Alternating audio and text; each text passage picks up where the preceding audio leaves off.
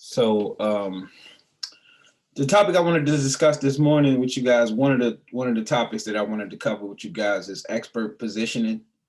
And what that means is positioning yourself. I mean, it's obviously what it means is positioning yourself as an expert in your marketplace, in your environment, and everywhere you go, whether it's in real life or virtual, you want to make sure you're always positioned as an expert. I mean, so people would trust you, have confidence in your abilities, in the companies that you run, and the people that you hire, and the people that you do business with. When you position yourself as an expert, you become, more than average. People depend on you. They reach out to you. They value your opinion. And they want to ultimately do business with you and be in contact with you, be working with you in whatever fashion that may be. So we might be talking about caregivers you're gonna hire. You want to position yourself as an expert. You don't want them to look at you like you barely just know what they know. When you go to new clients and stuff like that, obviously you want to really know your stuff, because you never know the questions that you're gonna run into, and you want to make sure you can handle those questions, and the different situations that's going to arise, that you can not only just articulate that you can handle it, but have people confident that you will be able to handle it and be able to handle it. So just want to make sure, for one, a lot of people deal with confidence issues when they first getting started with business, and getting out here, getting into the world, offering their services, putting yourself out there. Like, just putting yourself out there, it's easy to get on here and talk about it a lot, but the real work is when you actually go into your community, start shaking hands, you know what I mean, at this point with the COVIDs, but getting out here, meeting people, networking, like that stuff is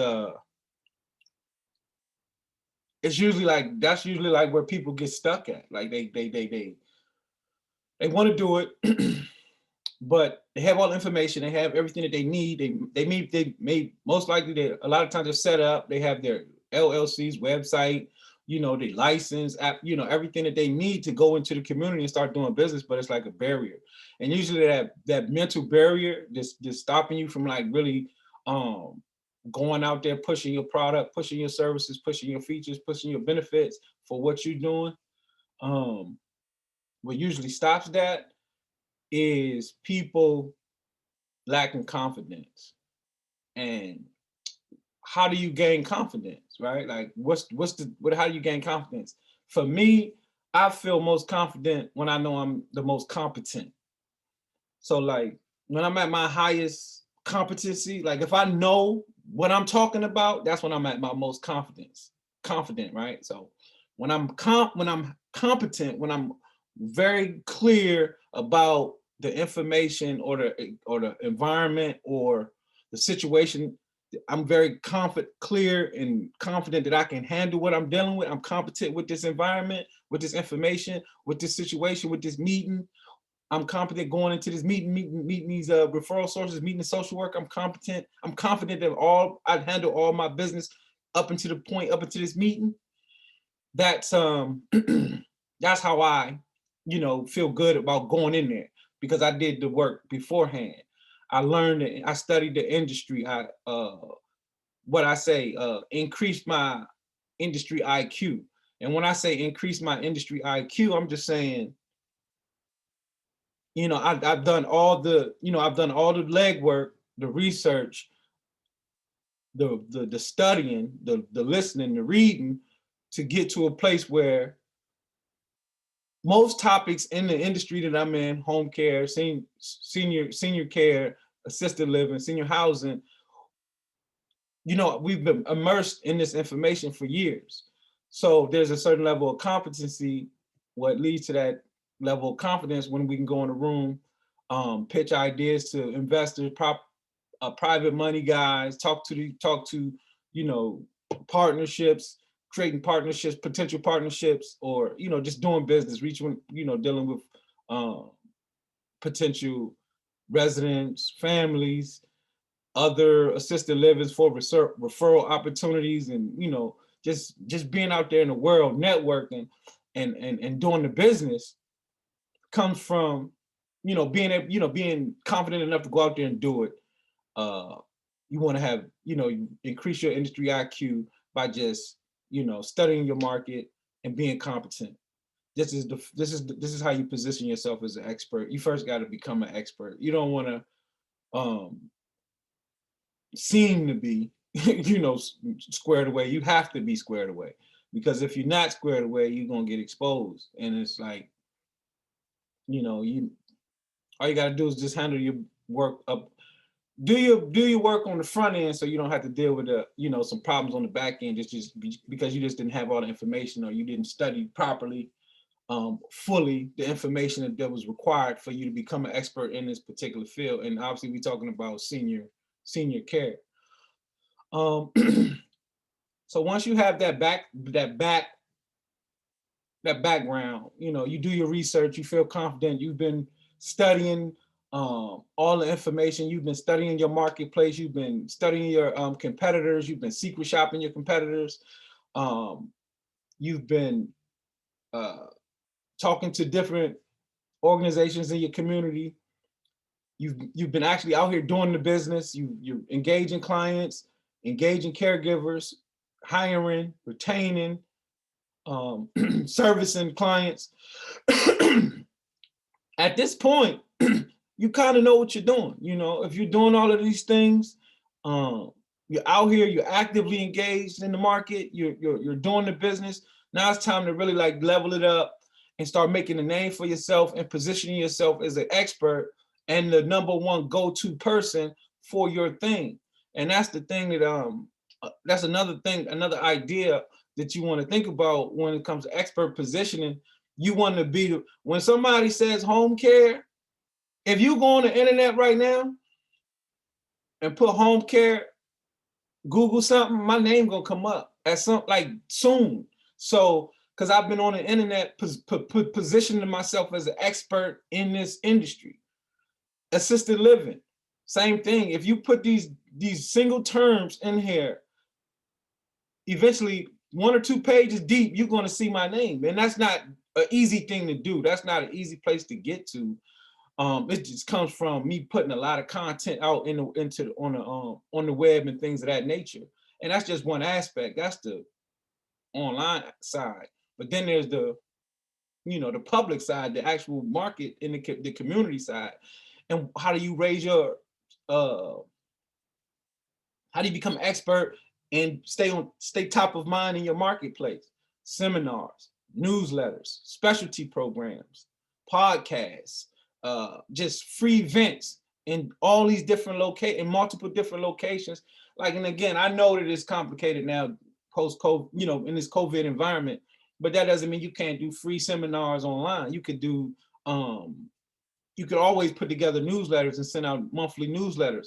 You could create a specialty program just by learning a specific thing or partnering with another expert, put together a specialty program, offer that, use that as a value add in your business, and then, you know, use it as like a seminar topic, you know, where you go into different facilities and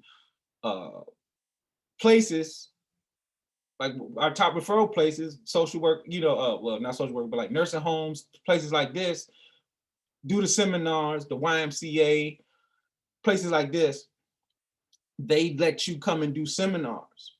And, you know, you can begin to build yourself into this person in the community, adult daycare centers, group homes, you know, stuff like that, where you can go in there, do a free seminar, pass out your literature, and begin to let the community know that you know what you're doing. You know this stuff, you do this stuff, and you're the person that they want to reach out to.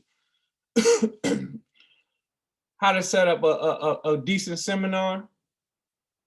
You know, I would say like get 5 to 10 strong points on any particular topic concerning senior care or senior lifestyle, senior living. Like it's no limit to the things that you can package to add value to the senior community and use it to promote yourself and to build yourself into a person that they need to contact when they have questions for, you know, senior health, senior lifestyle, senior care, health, fitness, romance, activities, art, music. And I'm saying these things because we already know the other stuff, like where you can go in there talking about, you know, the different medical things, like, you know, you could partner with a dietitian.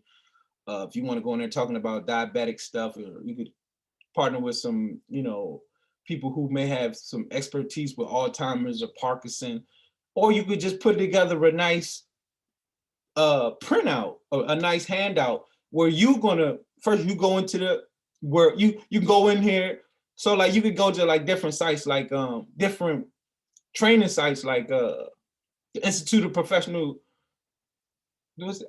IPC, Professional Care Education, and you could get like certifications on like dementia, and you'll get like a certificate and everything, and you go through the training, and now you have all that training on top of some other research you put together, put a nice package together, a nice handout, or, you know, a nice little folder together with the details that you're going to cover in the seminar, and then all your marketing material as well. So they're going to, you know, they can follow you as you do your presentation, and then they got your marketing material. And these are the folders that you leave with the people who attended it, the staff, whatever organization you're at giving your seminar.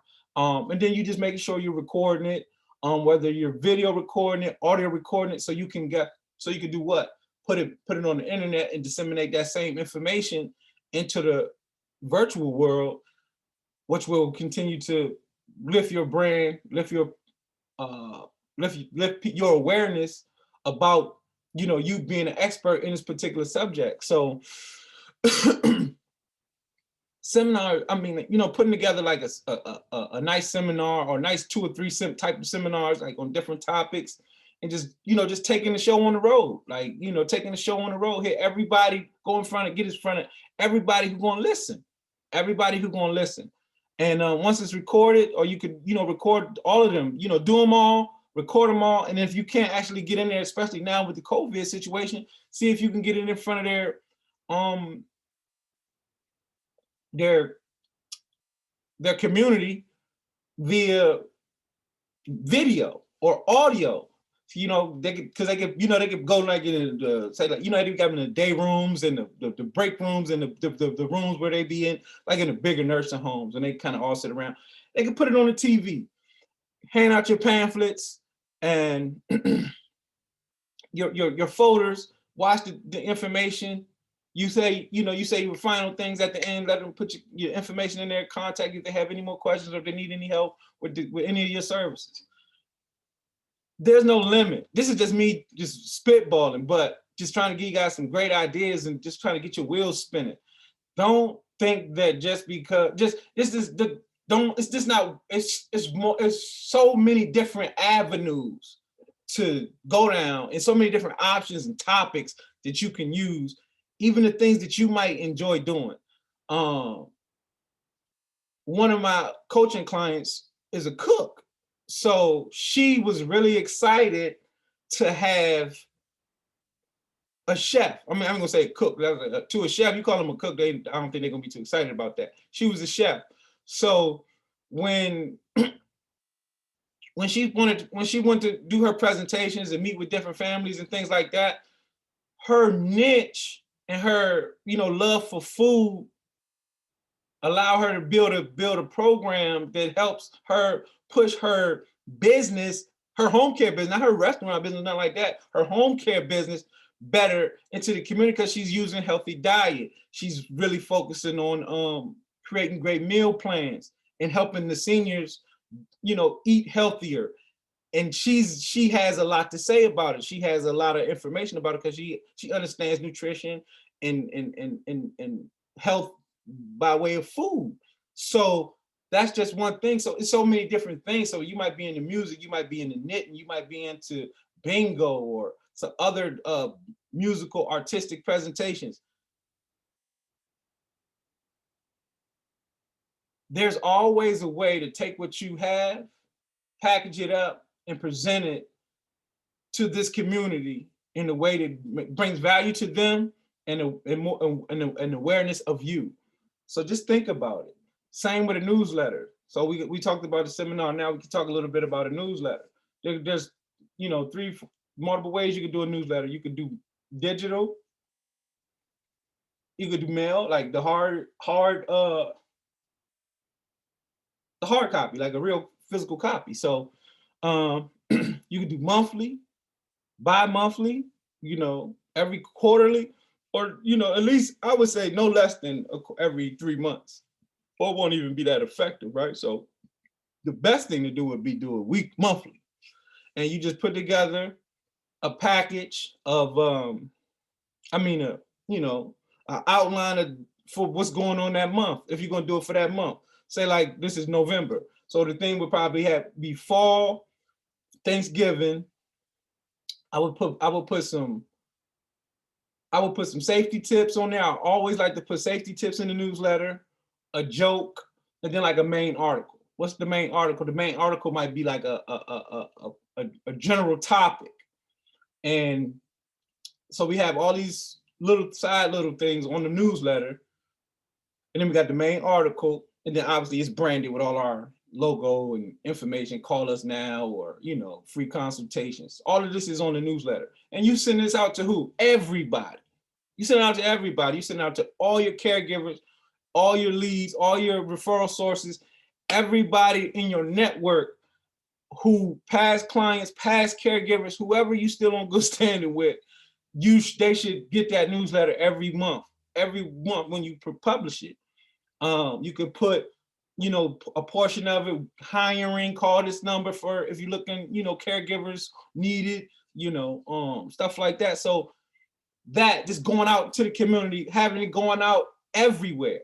And then the same thing, you do the physical, and then you send it out the email. You could if you create it on the internet, so you ain't like you got to do nothing. You don't have to work twice. It's already going to be in digital form. So what do? You send it out to everybody on your email list. You put it on all your socials. You can you put it on your Facebook page. You can even put it on you can turn it into a YouTube video. You can turn it even to a video if you just have a image of it, and then voiceover.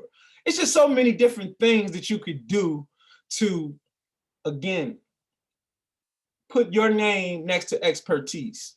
Position yourself as an expert in your market using simple things like seminars, newsletter. The next thing I'm going to talk about is specialty programs. Same thing, like similar, like you're going to put together a seminar, a specialty program in the healthcare field or in home care. You hear it. That's mostly where I hear it.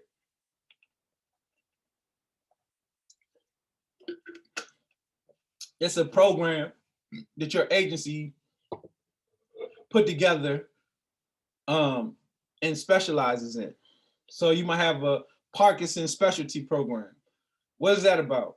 A Parkinson's specialty program is when your company and caregivers and staff have learned the specific training, took specific classes, specific training, and have a higher level of understanding for this particular disease, Parkinson's. So what do we do with that?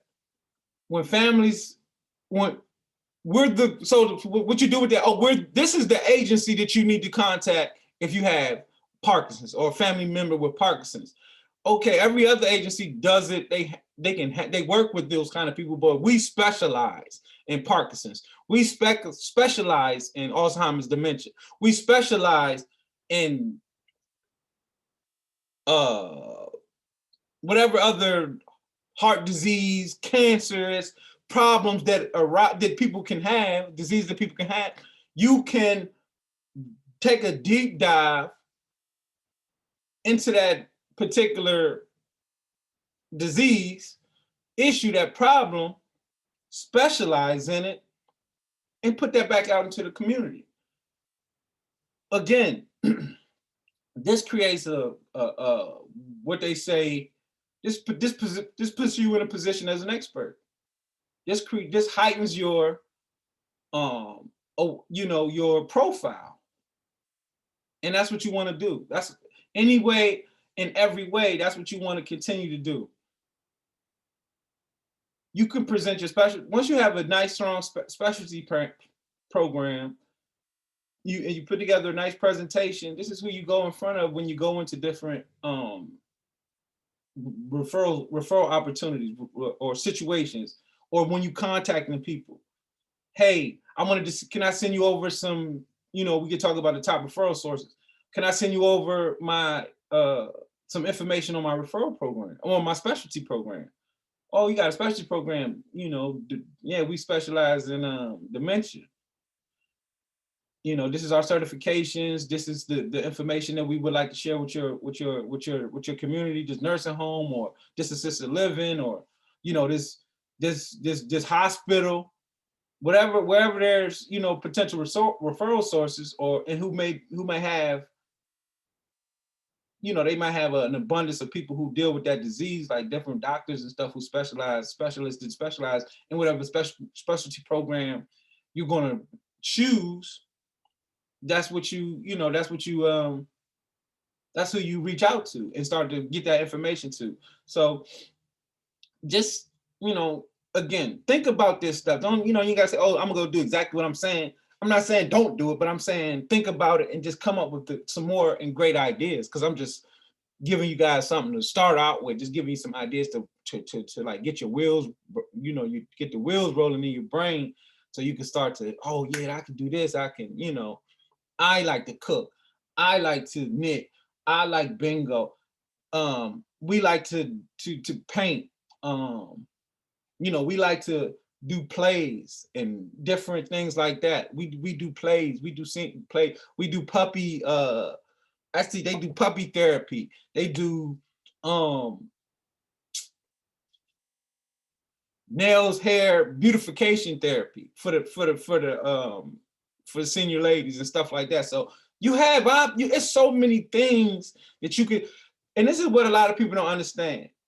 And just the general population of, the world, when it comes to like seniors.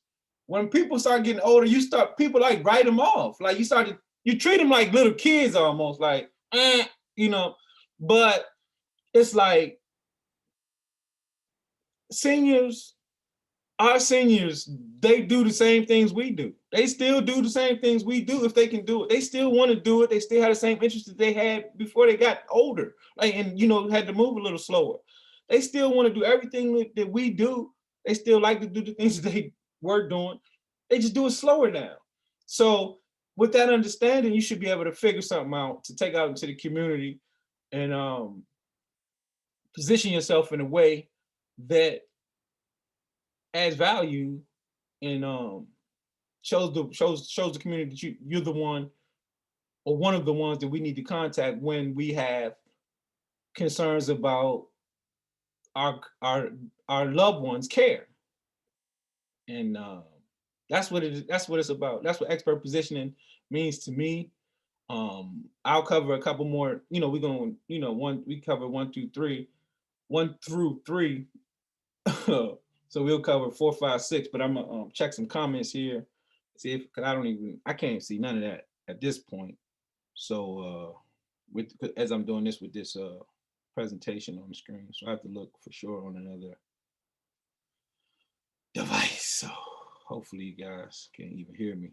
Like, I don't even know if I'm talking to myself or not, which is really funny, right?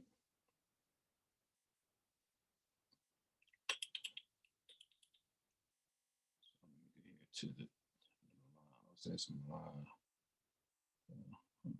don't see no comment.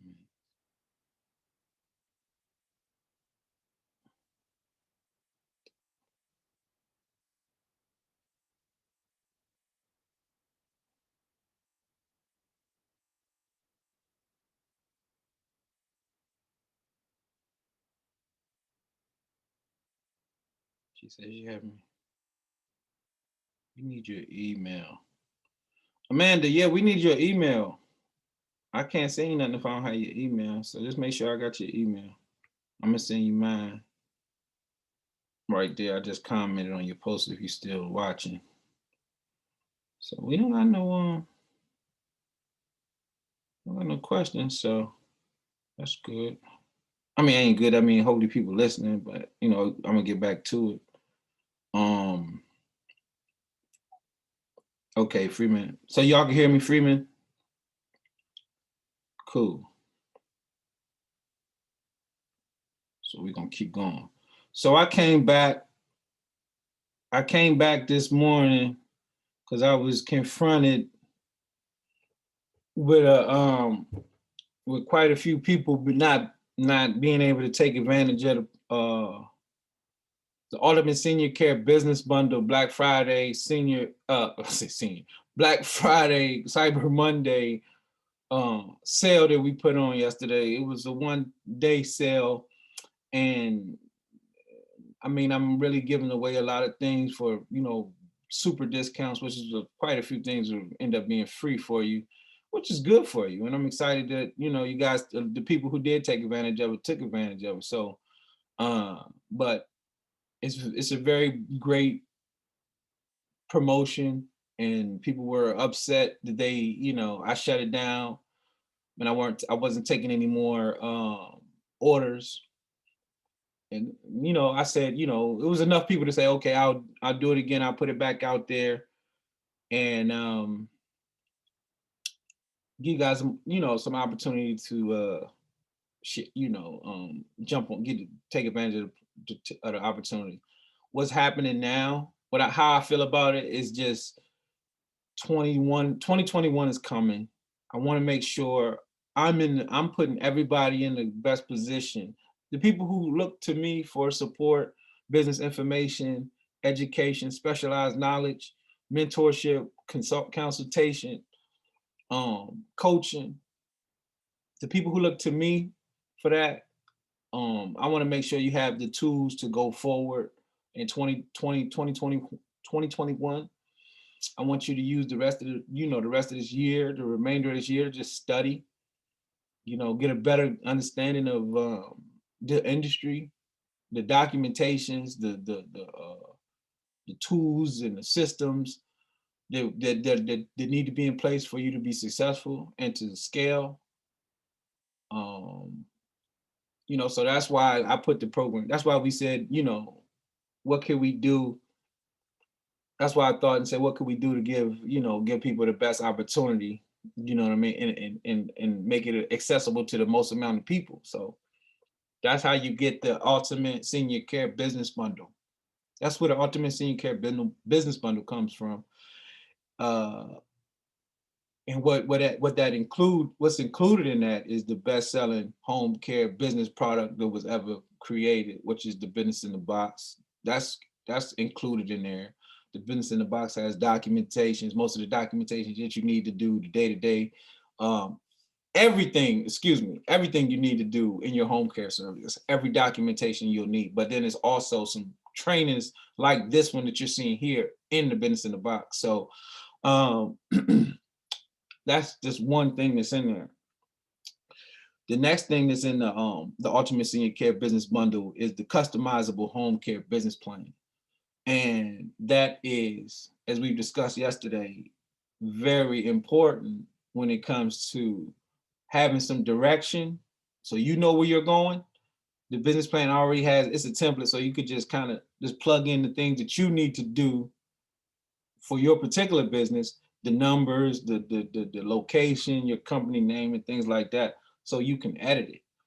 But it's giving you a general idea, like prices and marketing ideas and strategies and things that you need to be thinking about going into this business. So I want you to have a business plan so you can not only reach out to other people and tell them what you're doing and show them what you're working on, but you can also use that business plan as your own guide and your own roadmap to get to where you need to be. And that's very important. So we threw a customizable home care business plan in there for you. We threw in customizable home care policies and procedures for you. Major. Every company, every home care service, assisted living business, whatever business you in, and especially healthcare, where there's you know people's lives are at stake with what you do, and that's the industry you in, that's the business you in. You got to have policies and you got to have procedures. And some states don't require very detailed policies and procedures, but that don't mean your company shouldn't have those standards in place and those systems and those those policies in place. So we provide that for you in this bundle. Again, this is us trying to ensure that the people who follow, like, support, comment, share, buy different things from us, support us, come to our events, come to our Zooms, come to our, online stuff. This is for you guys who want to do it and just may lack the resources or the motivation or whatever. I just want to give you everything that I know you're going to need when you go out here into this industry, into this world, in this market, to be successful. You're going to need this stuff. The next thing we did. So why it's called the Ultimate Senior Care Business Bundle, because I'm going to show you two things for sure, with a bonus of the independent living. I look at independent living as a third strategy. I don't look at it as like the same as assisted living, because it's not. And so not only are we going to give you the home care information, we're going to give you the assisted living information and the independent living information right here for you in this Ultimate Senior Care Business Bundle. And if we go back, I failed to mention that the value of the business in the box alone is $300 to $297 is what we put the value. Based on what we can really get for it. The customizable home care plan is $197 standalone. The customizable home care policies and procedures, just like everybody else know, that you can spend all kind of money on policies and procedures. We got a value here at $300, and we included it in the bundle. The assisted living business startup kit. I'm not sure who on here today, and I don't know what you know and what you've been exposed to and information like that, but if this is not your first time on this site, on my page, watching me or hearing me or listening or reading something I didn't put out there, you know that assisted living is probably one of the most lucrative business opportunities that exist today in this country, with huge demand and slow supply. What do I mean slow supply? It's more people who need beds than companies, even major, these big hedge funds putting together these huge assisted living communities. They can't build them fast enough to feed the demand, especially the demand currently with the COVID. So every time a new facility opens up, there's beds in it, and those beds are already accounted for. They just don't know they're there yet. So as soon as you go into your community and open up, it's gonna feel like that. Assisted living is much different than home care as far as finding clients. And I get that question. Like, people think they like, oh, I gotta buy a house and I gotta, when I put all this money into it, as far as buying it, putting furniture, if I gotta do repairs, minor repairs, possibly major repairs. In some instances, you got to put in sprinkler systems and stuff like that. And they be worried like, wow, I'll be like, man, the day you're done, the day your license is approved, it's not even me. I'm not gonna say like I'm so dope that I could put clients in there. No, I'm just telling you, like, this is what you do, and you're gonna find that the house is gonna be full. Let me tell you guys a quick story, or let me give you a quick example. I work with referral agencies when it comes to assisted living and finding clients. we have our own network and we can tap into it, but that's not always available. So the referral companies, that's all they do is, you know, refer people to assisted living. So the particular referral company that I work with, they inform the clients when they do tours to bring their checks. Like, be prepared to write a check during the tour on the spot if you like it. Because if you like it and you don't put a deposit down and you walk out of there and the next agent comes in there with some family, they will take that bed. It's not, they might take it, it's gonna be gone. Because when one bed comes available or a new facility comes available in the market, that doesn't, you know, like, it doesn't matter. Like, in any market, as long as you price properly for your market, and that varies in different marketplaces, just like real estate. Because remember, assisted living is tied to real estate, so you got it's a lot of real estate principles that you got to understand as well, like location, location, location. Like, so location is always the most important factor in assisted living, because again, I said it's tied to the real estate, so you got to understand those principles as well. But the point is, the referral agency it tells them, if you want this bed, come prepared to lock it in. If you like this house, you like the community, if you want it, be prepared to come lock it in. And then you'll have it. Because if you don't, chances are you're gonna lose it. And we've seen it a million times where a family come like, oh, okay. And then it's like, well, you say you like it and you want to go talk about it. I hope we still here. We'll let it have you, but if you know, and a lot of people take losses because they get a house, they go to a house, they don't want it. I mean, they want it, but they're not sure. You know, people be on the fence about everything. Everybody's so indecisive, can't, you know, finalize a question. So they lose out. But the assisted living doesn't lose because they're going to fill up anyway. You're going to get a client, a resident anyway. It doesn't matter because it's just too many people and that's not enough facilities. It's simple as that. There's no facilities in my market that's sitting empty nowhere. It just doesn't happen because there's just too many seniors who need care. You feel me? So y'all know this stuff. And if you don't believe me, look, research it. You could search the ratios to the population, the beds to the population ratio, the senior population to the amount of beds that people need and the amount of beds that's available.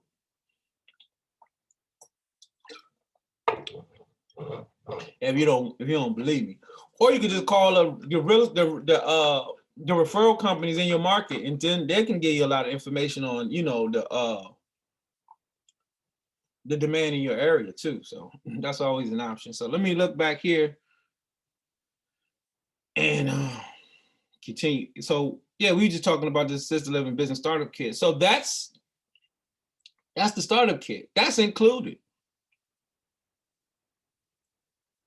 Customizable assisted living business plan included.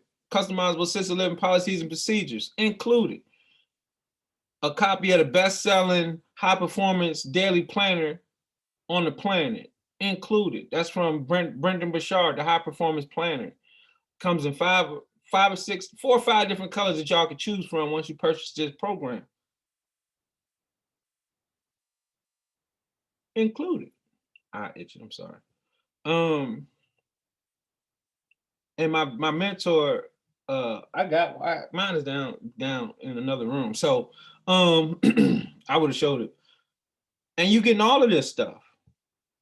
You know, you're talking about the assisted living business starters kit is $497.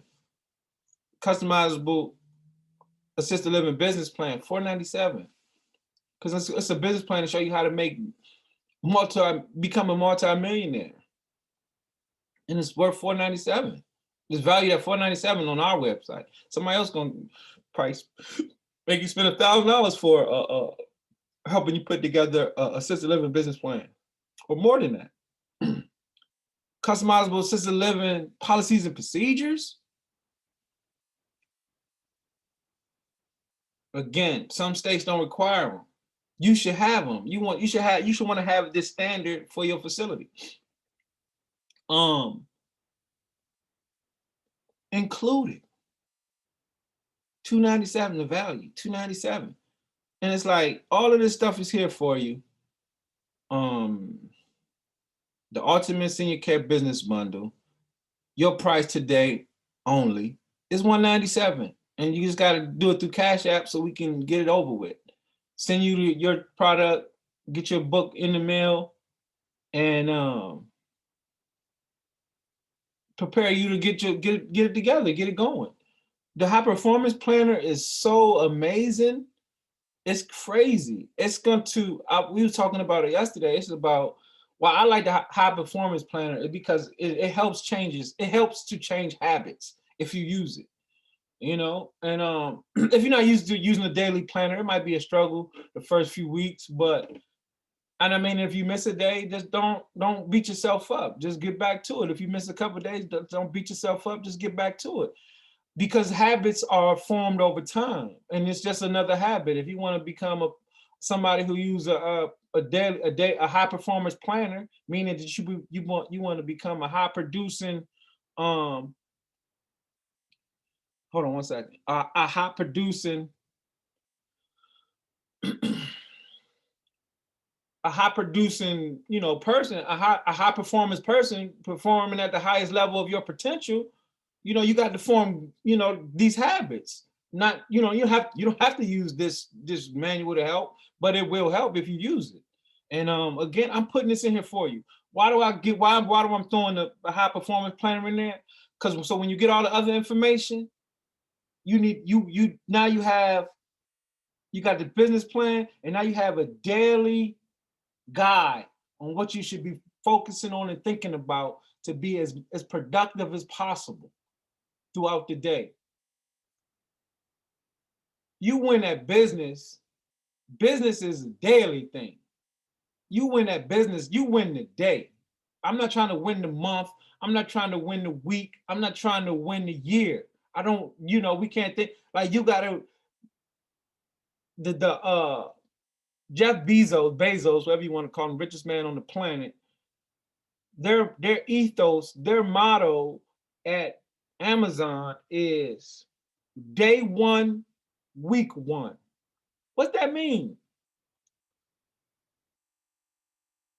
We want to stay just as curious, motivated, excited, energized as we were the first week one, day one, that we decided to start this business. And with that mindset, you create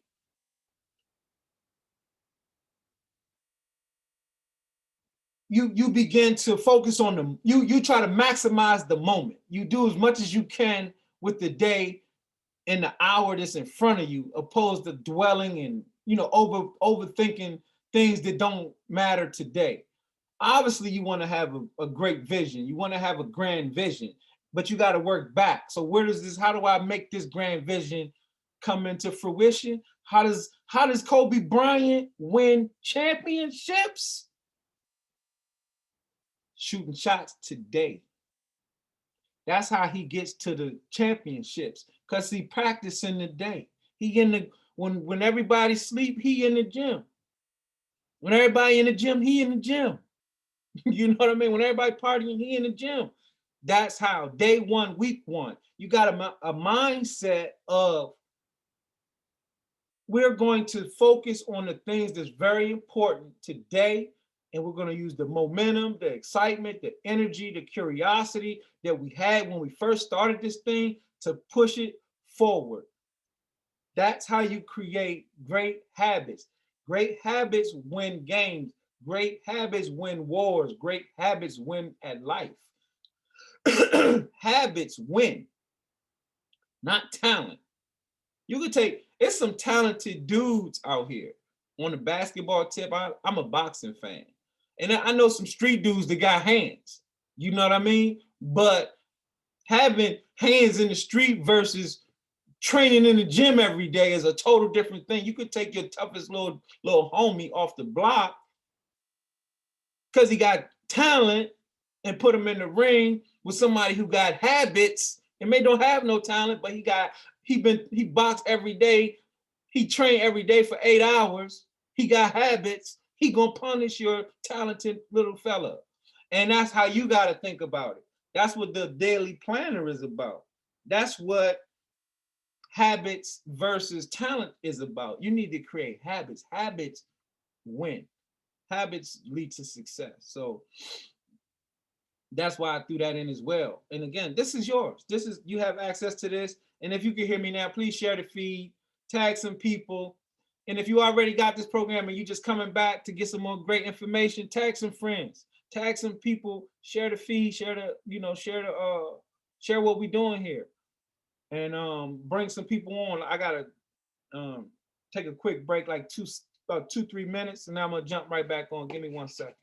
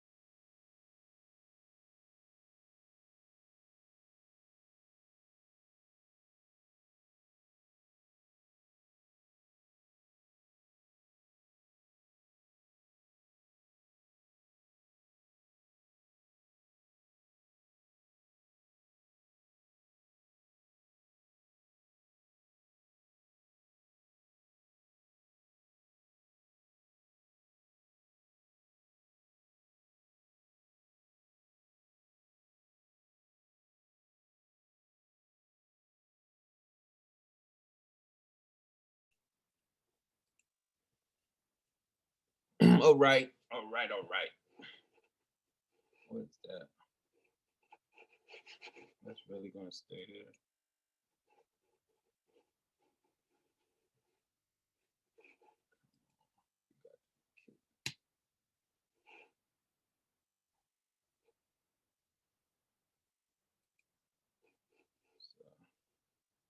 Where we at? Here.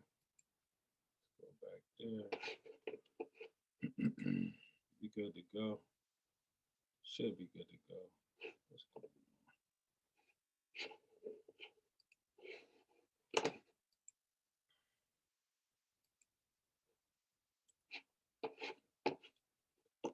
One second, I'm trying to get back to what we're doing here with the presentation. I'm having a little difficulty. Hold on. Screen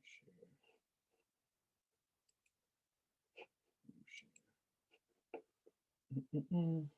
Okay, we can just do this.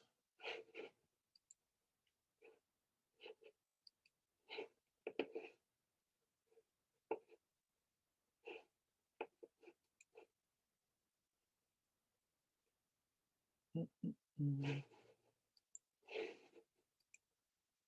think we back. I think we should be good. So I'm gonna go through some comments here with you guys. Tag 10 people. If you can hear me, tag 10 people, please.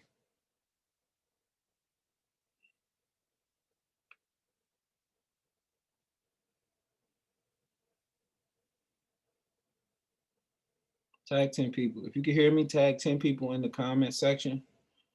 And let's just build, let's help me build a community today. I'm gonna give y'all some great information. All I'm asking is y'all just help me build a community a little bit today. So just share it, tag 10 people who you think would be excited to hear this information. And we go from there. But like right now, we're gonna look at these comments. If you guys have any questions or concerns or ideas or something that you would like to share, feel free to post it. And I just sent something to somebody. Let me double check, because y'all's names don't always match y'all's Facebook. So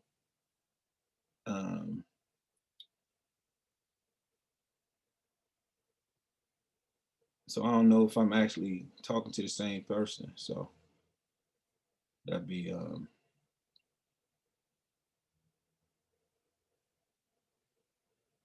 yeah, so I just sent somebody a program. They said that they bought it yesterday and they didn't receive it yet. So hopefully y'all, got it now.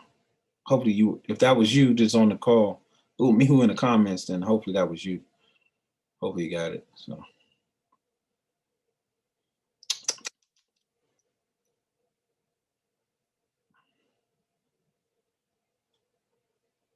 Okay, Brittany Jones, appreciate the tag. Okay, appreciate it. It's an awesome deal. Absolutely, Amanda. Tag 10 people. Okay. I sent it. Amanda, I think I just sent that to you. Let me know if that was just you who just received it, just 2 seconds ago. Let me know if that was you.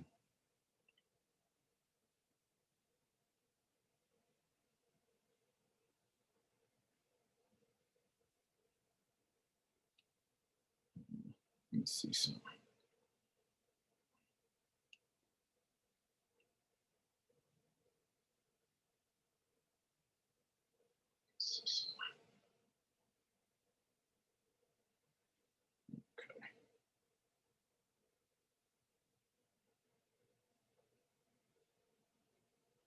If there's no questions,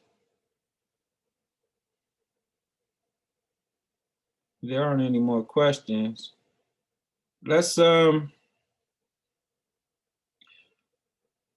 wanna, y'all want me to continue, or what's going on? Are y'all enjoying the information so far? Is it helpful?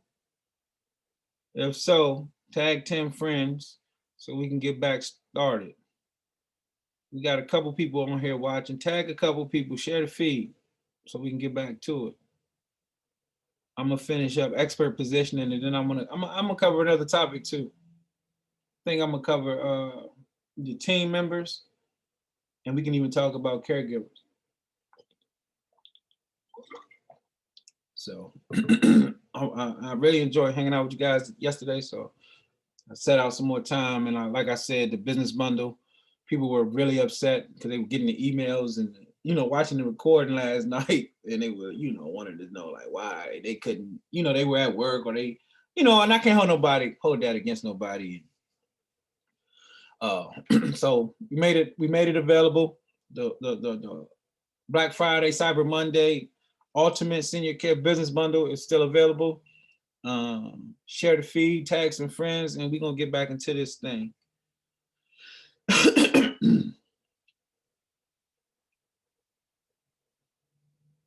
Expert positioning, remaining top of mind. You want to always become, become and remain top of mind. You want to be the first person they think about when they think about home care in your market. That's what you're doing with this expert positioning. How do you become an expert? You increase your industry IQ. How do you increase your industry IQ? You study, read, do. What I mean by do, you do the business. That's how you become better at it. Network with other people who are further along than you. You mastermind with people who are on your level and trying to go to where you are. You join the organization, the national organizations, the national home care assisted living organizations. There's multiple organizations that you can join to increase your industry IQ. There's seminars. Everything is online at this probably for the next year or so. So just everybody's scheduling their stuff. So they schedule it, so they got to schedule it. So they're just doing it online just in case they can't, meet like do the large conventions. It's a lot of information out there. It's a lot of great companies out there, Home Care Pulse, places like that can definitely get the surveys from Home Care Pulse. Home Care Pulse, they do a yearly survey. And if you tell them that you're with me, they'll give you a discount, Allenchaneydotcom. So get the Home Care Pulse. It's called I got it around here somewhere. It's called the benchmark, home care benchmark study. And they do one every year. And what that study does, it breaks down all the major topics that concern home care business owners. And they take a survey, hundreds of questions from all the top all the top home care companies in the country. And they put together this benchmark study. So what's working in marketing? What's working in sales? How are you retaining caregivers? How are you finding caregivers? What are the top strategies to, get clients? What are the top services and that you're using for software or payroll, or what's working as far as your online marketing? What's doing better this year? Facebook, Google, YouTube. So like they got that stuff broke all the way down. Like it's a whole company. That's all they do is put this one study together. And they just partner with another company that does training. So you can actually go there and get your your caregivers trained there as well to Home Care Pulse. They partner with a caregiver training company. So you guys can kind of, do your in-services and get them trained on different specialty programs like we were talking about, or just different topics, different subjects to just constantly increase. See, education for your caregivers is a retention strategy. A lot of people don't understand that the people like to be where they're learning new things and doing, and they feel like they're increasing their value by being there with you. And just if you're giving them access to, a training platform, a learning platform at no cost to them, that's just a benefit from being at your company, and they're constantly getting these new certifications. So that means they're becoming more valuable to the market, and they're learning more about what they do, and becoming better caregivers, which is ultimately, better for you because they're working for your clients. So that's another great way. But Home Care Pulse, get that. That's a great way to increase your industry IQ, to learn more. information and just have that much more awareness about what we're doing and what this industry is all about. Google Alerts. What's Google Alerts? When you if you have a Gmail, like everybody on the planet probably do, Gmail account, you can go in there and put alerts. And what Google, no, you go to your Google browser, log in as, you know, log in to Google browser, log in with your email account, and then you can go to like this on the browser. There's a place, or you can just Google it, log in, say Google Alerts, and then it'll take you right to the place where you can put Google Alerts. What's Google Alerts? They send you daily updates on specific topics that you want alerts from. So home care, senior care, assisted living, independent living, Alzheimer's, dementia, caregivers. You know, these are the things that you want. Elder care, and any other search term that you think that you need to have that's going to help you, you know, that you want to get information on to help you grow your understanding and your knowledge base around those particular topics. What happens, I get emails on each one of them topics every day. You know, in that email, it'll say that the subject could be assisted living. And then every article that was published on Google that did well, like not just random articles on people's little low budget blogs, but like real companies and, you know, media outlets, you getting all the information. So you're gonna see like what's going on. You'll get a clear picture, like a clearer picture of what's going on a national level, a local level, your local level, a national level, and also a global level, because you're getting information from all around, from all of these different places concerning that particular topic. So like assisted living, you want to get that. You want to get that. You got to read every article, but when you click in the email, you just see what's relevant to you, and then you read it, and you read it. I read about 50, 60 articles a day. I mean, that's all I do most of the day is read anyway, but a lot of times this has a lot to do with the Google Alerts. Another place where you can get some great information is blogs. I just was being funny, but there's a lot of blogs out there. You just Google home care business blogs, or how to start a home care business, or assisted living business blogs, or just assisted living blogs, vlog is a video blog. So people so you can look on YouTube and stuff like that. And, you know, find some people. I'm not the only one on YouTube talking about this stuff. And I don't know everything. And everybody don't do the same thing, and we don't all do it the same way.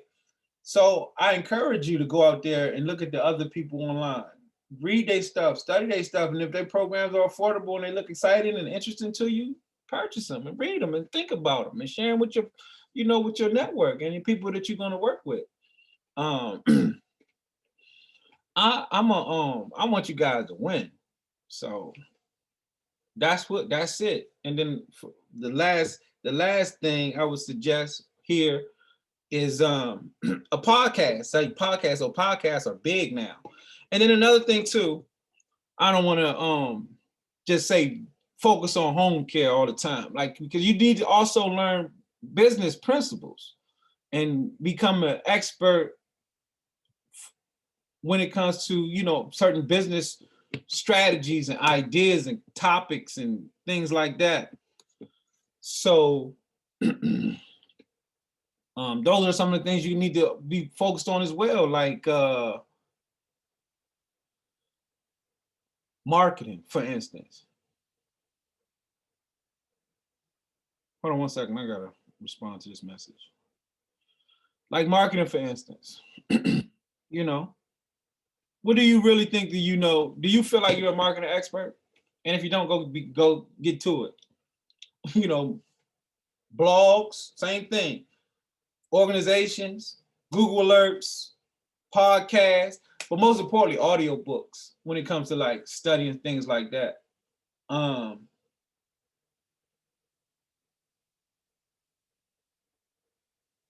some of the best marketing stuff I done read has been from Jay Conrad, I think, is Guerrilla Marketing. Gary Vanderchuck, Gary V, everybody probably know about him. He's such a monster when it comes to marketing. And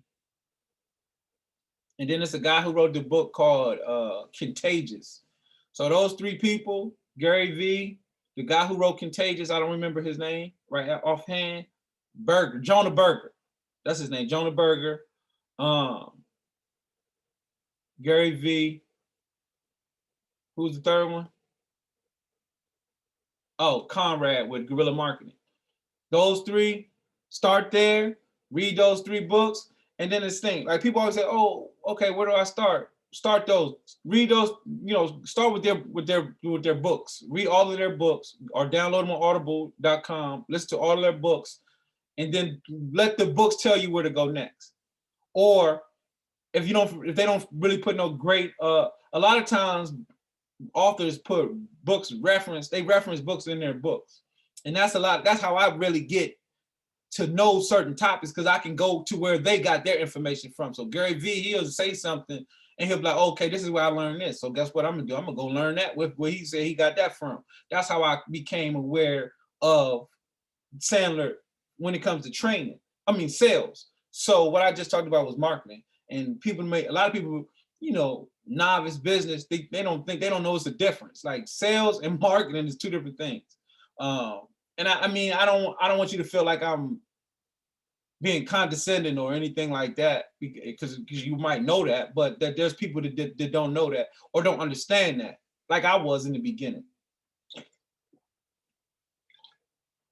I've been doing business all my life, like since I've been, a young teenager. So I didn't become aware of the importance of sales training. I didn't think about it. I was more excited about the marketing, because I just felt like if people know who I am and know that I do that thing, or I provide this service, or I have that product, they're gonna come to me. And that was it. They come to me, they know I'm here, they're gonna call me, boom, they get my product or service. If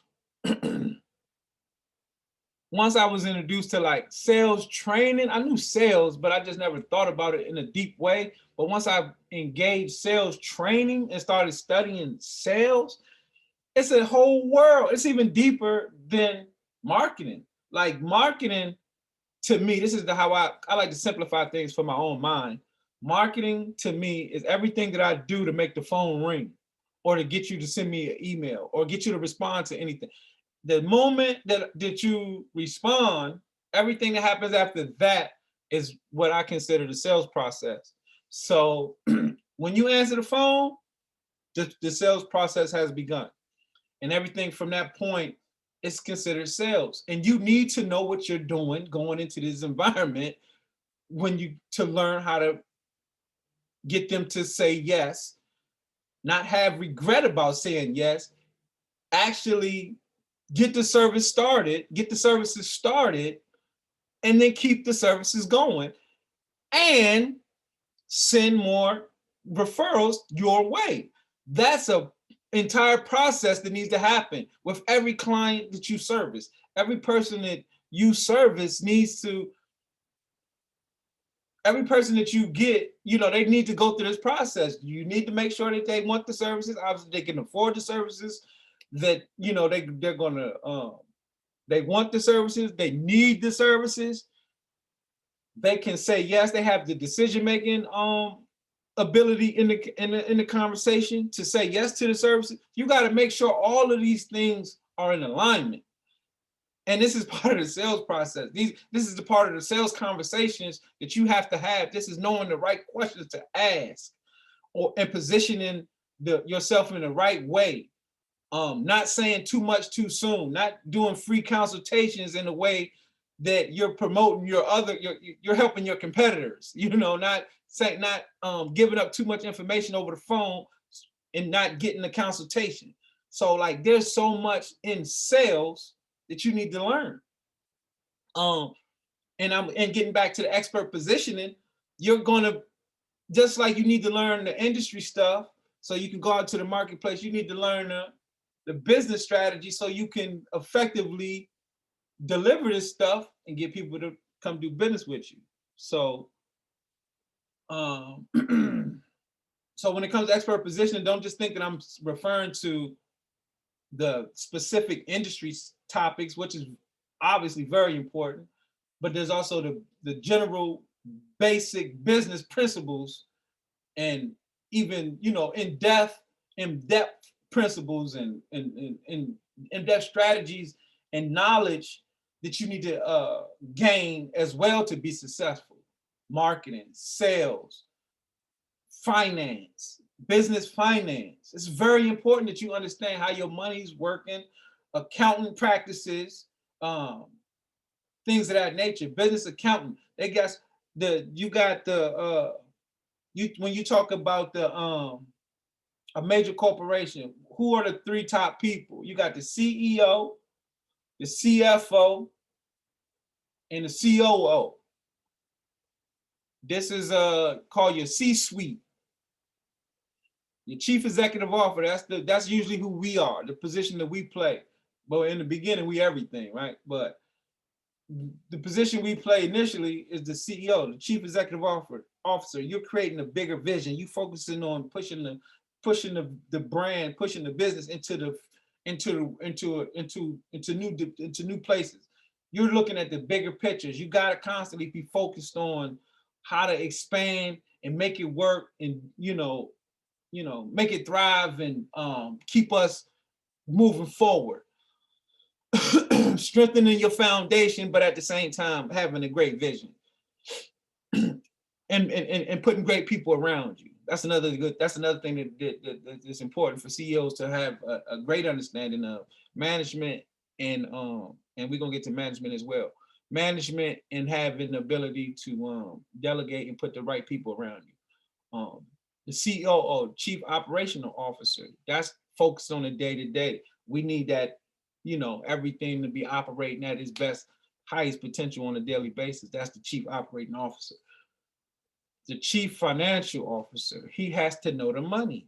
He has to understand, like, this is what we need to be profitable. This is what we need to do this. This is what we need to do. This is what we have. This is what we don't have. this is what we need. This is what we need to do. This is where we can, this is some of the places we can acquire some funding. This is where we can probably reach out and start, networking with some investors and things like that, in the early stages.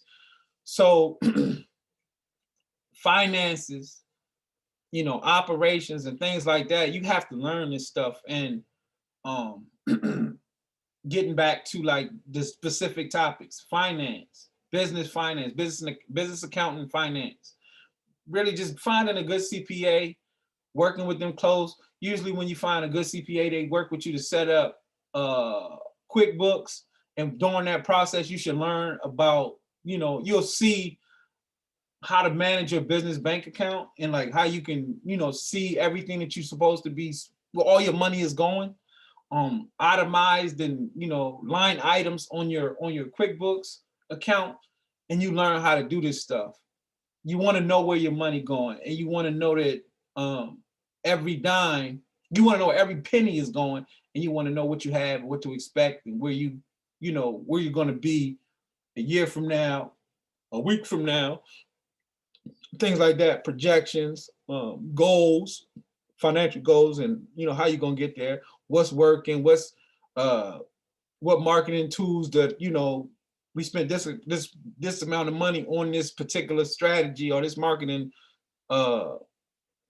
strategy. We didn't get any, we only got this much back. Let's think about not doing this as much, or think about doing it a different way, tweaking it, stuff like that. Sales, marketing, business, finance, and accounting. Management. Another thing that's very important. Entrepreneurs don't really think that they have to learn, or it's not one of the exciting topics. So what happens with entrepreneurship, especially on the internet, because people think that, you can just go on YouTube and learn how to be an entrepreneur. YouTube ain't gonna show you so much. There's only so much people can show you. And the people who sitting on YouTube doing videos all day, most of the time, they're not the ones out there really killing it. So the ones who you're gonna have to learn from, you're gonna have to get into some real books. and some real studying when it comes to certain topics, because again, they're not fancy or dramatic or exciting. Management is not exciting or dramatic. It's not, you can't make it into fun video all the time. So you have to really get down nitty gritty and learn some stuff, and take some real, some real study time to get a good understanding of these things. And again, it's a lot of things that you're just gonna learn through experience and practices. But you can definitely read and get some ideas and some, gain some, some knowledge through other people's successes and failures. One of the books that I think everyone on just looking to do any type of business, or going in any type of business, and even this as a parent, I think this is a great parenting book.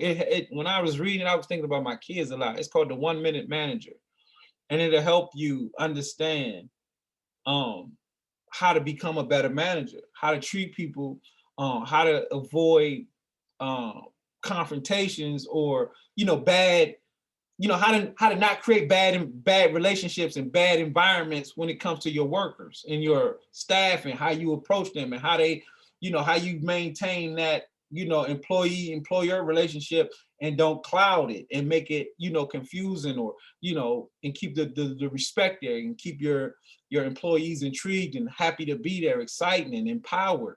Like, you just don't grow up knowing this stuff. They don't teach this stuff in school. So if you don't go get the training and learn how to do it, you won't know how to do it. And I don't want you guys to feel like it's overwhelming. I can't do all, man, I gotta read everything. It's not as much as you think.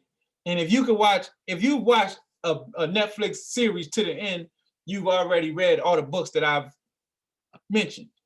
If you sat in front of the TV and watched multiple seasons of a particular series, that was enough time to read every book, to listen to every book. If you ain't a great reader, fast reader like me, I don't read fast. So I gotta listen to it. I can read, if I'm really excited about the book, I'll listen to it while I'm reading it. But for the most part, I just listen. And some books like the 10-minute manager, or the 1 Minute Manager, that book like 2 to 3 hours. It's like like a movie. You know what I mean? A movie and an episode. So I know you watch a movie and an episode probably every day, at least a couple times a week. Put a book in there. Put a book in there on sales. Put a book on management in there. Put a book on sales in there. Put a book on marketing in there, into that routine, that daily, that daily diet of information, or that daily diet of food that you're putting in your brain. And you'll realize, like, wow, I've learned a lot just by doing these small changes. It doesn't, like I said, you don't have to go to Harvard Business School to become an entrepreneur and become successful. You don't. Just read the right books, get the right information, study the people who've done it, the greats, and the people who've been successful, and you'll do just fine. And that's pretty much all I'm gonna say right now about the expert positioning. Hopefully you guys got something from that. Hopefully you guys take it, use it, share it with your friends and family, again, like I said, and take advantage of the opportunity. I'm gonna check the comments here. Give me 1 second. I gotta step off.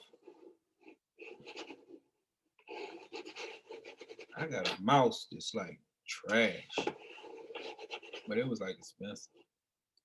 I only got it because I thought it was dope.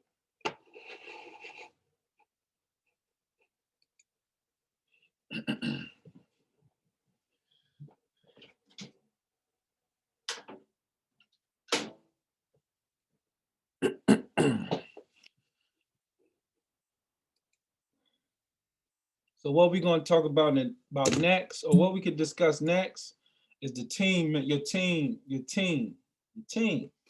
Who you need on your team? Who do you need on your squad?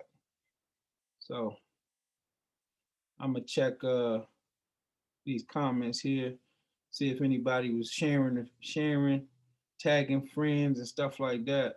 just supporting.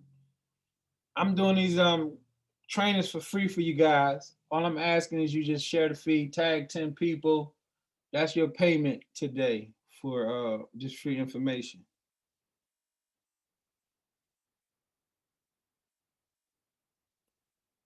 How do you tag? You just use the at button, like your at button that you use for your email, like at gmail.com, that little at button, that little A with a circle around it. You put that first and then type whoever name you going you trying to tag, and that'll do it right there. So what do you Amanda, are you saying not yet? Are you saying that to the fact that you didn't get the email or you didn't get the package yet? Because I think I just sent it to you. And if I didn't, that wasn't you. I apologize, but you're gonna have to send me your email. And if you didn't send it, if you sent it already, just send it again so I don't have to go try to find it, please. So we don't got much questions. What do you guys think about the expert position and information that we just shared? Let me know how you guys feel about it. Let me know how you think, what you think about it. Let me know if you're inspired or have any ideas, thinking about it as it relates to it. So we had a really good live yesterday, and quite a few people, I guess they saw the recording and wanted to tap back in or wanted me to come back on here, and they were upset because they felt like they didn't get the opportunity to see or get the business bundle. So I'm back and doing it now for you guys. So I'm doing it again and letting people take advantage of the we're gonna keep the opportunity available for a couple more days. So go ahead and share the feed, tag some friends, and we're gonna talk about these team members. And what we looking at when we look at team members: office manager, administrative assistant, intern. You can have interns, definitely virtual assistants, community liaison. And what I like to always keep on payroll is a sign installer. Somebody put my bandit signs out. And we're gonna discuss like what every one of these, positions entail. We're gonna go over like a general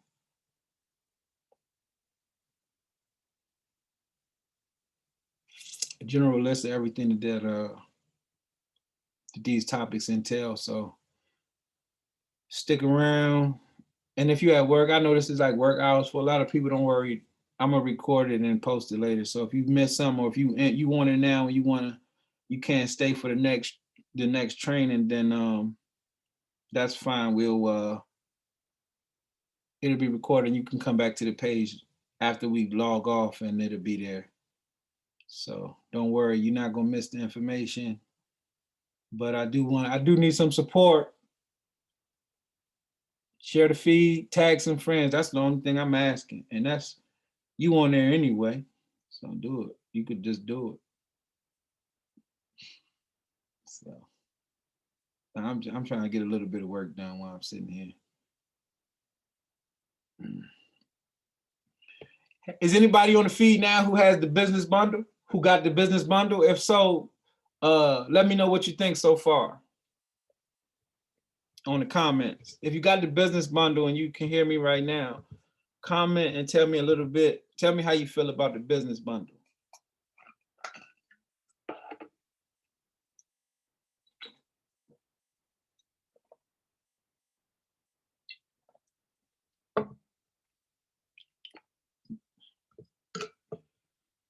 What y'all feel about the business bundle if you got it already? Did it meet your expectations?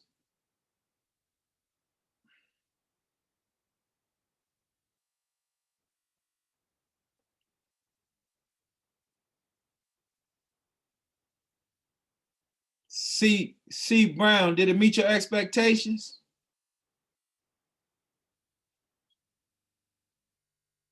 She bought it yesterday.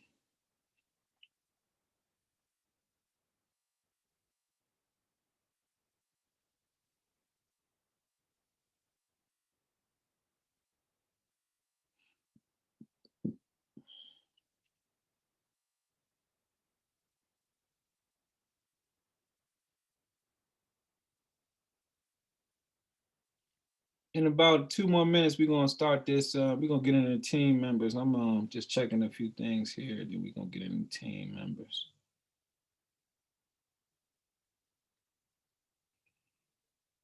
You know, this is just like a preliminary crew that you want to have. Like when you first get started, these are the people that you want to make sure that you have in place or start working towards in the beginning.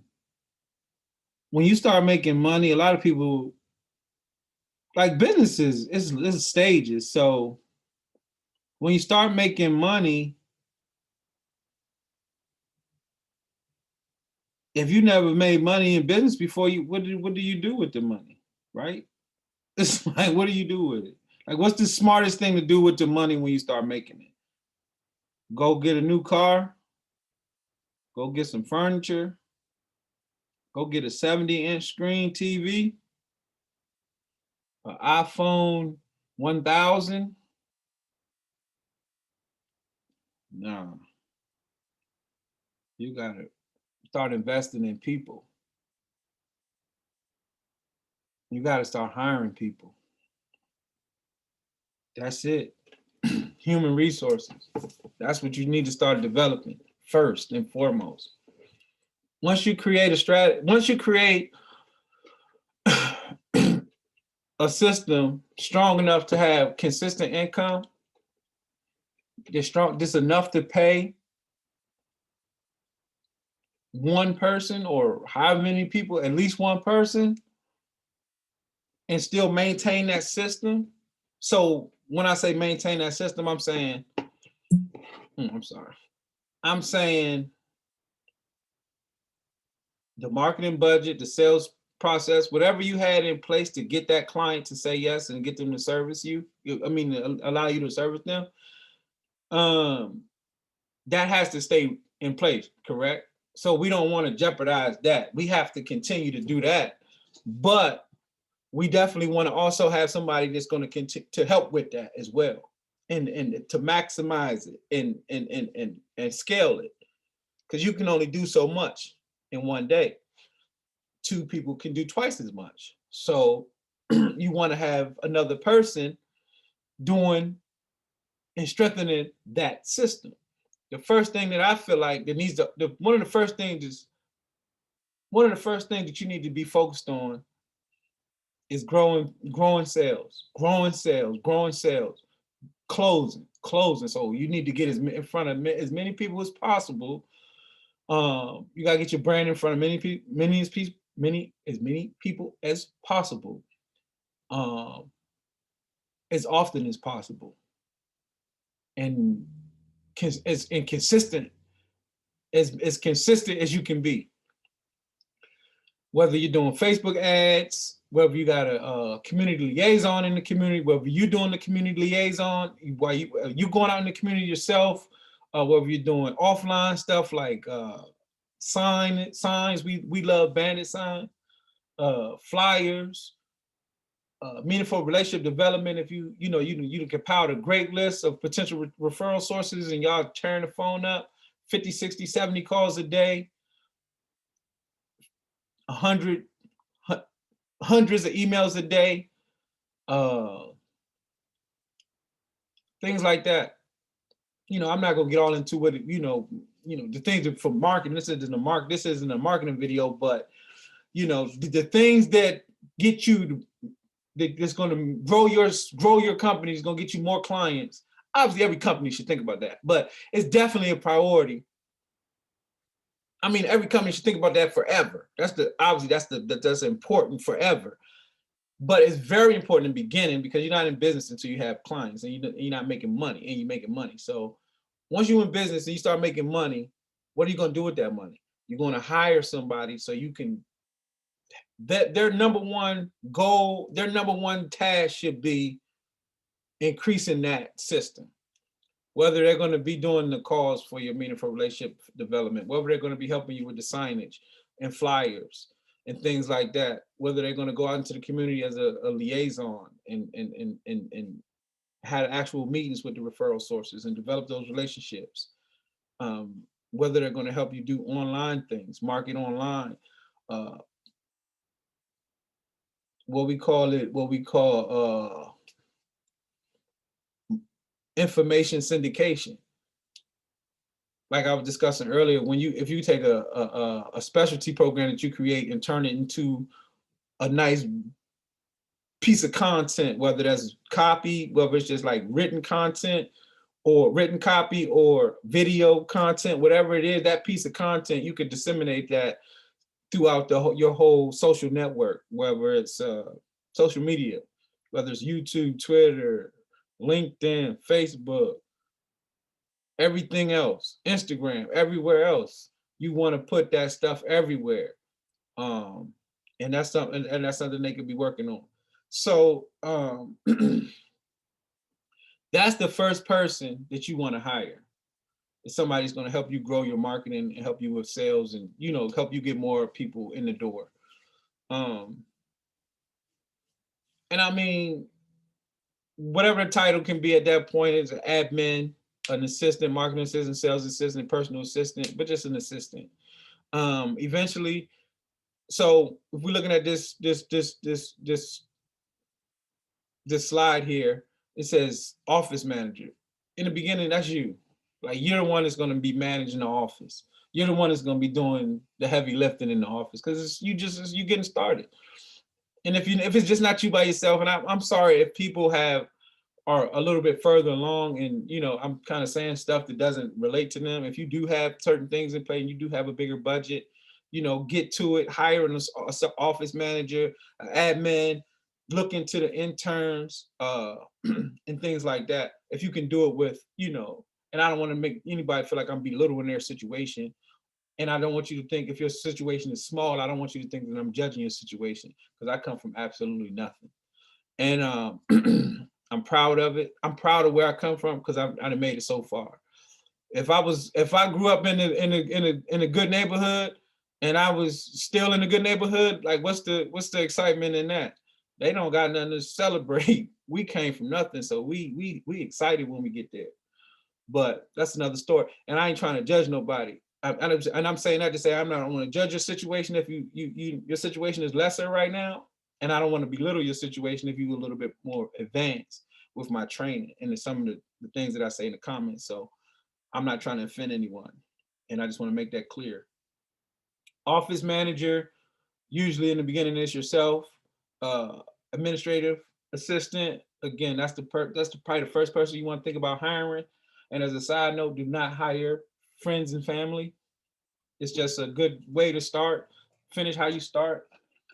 You're gonna finish how you start. Hiring friends and family is like I feel like that's ain't no feeling. So Liz, let me say one thing. Me and my sister worked together before she passed. Like, my sister had untimely passing. You know, it was devastating. It was a tragic event.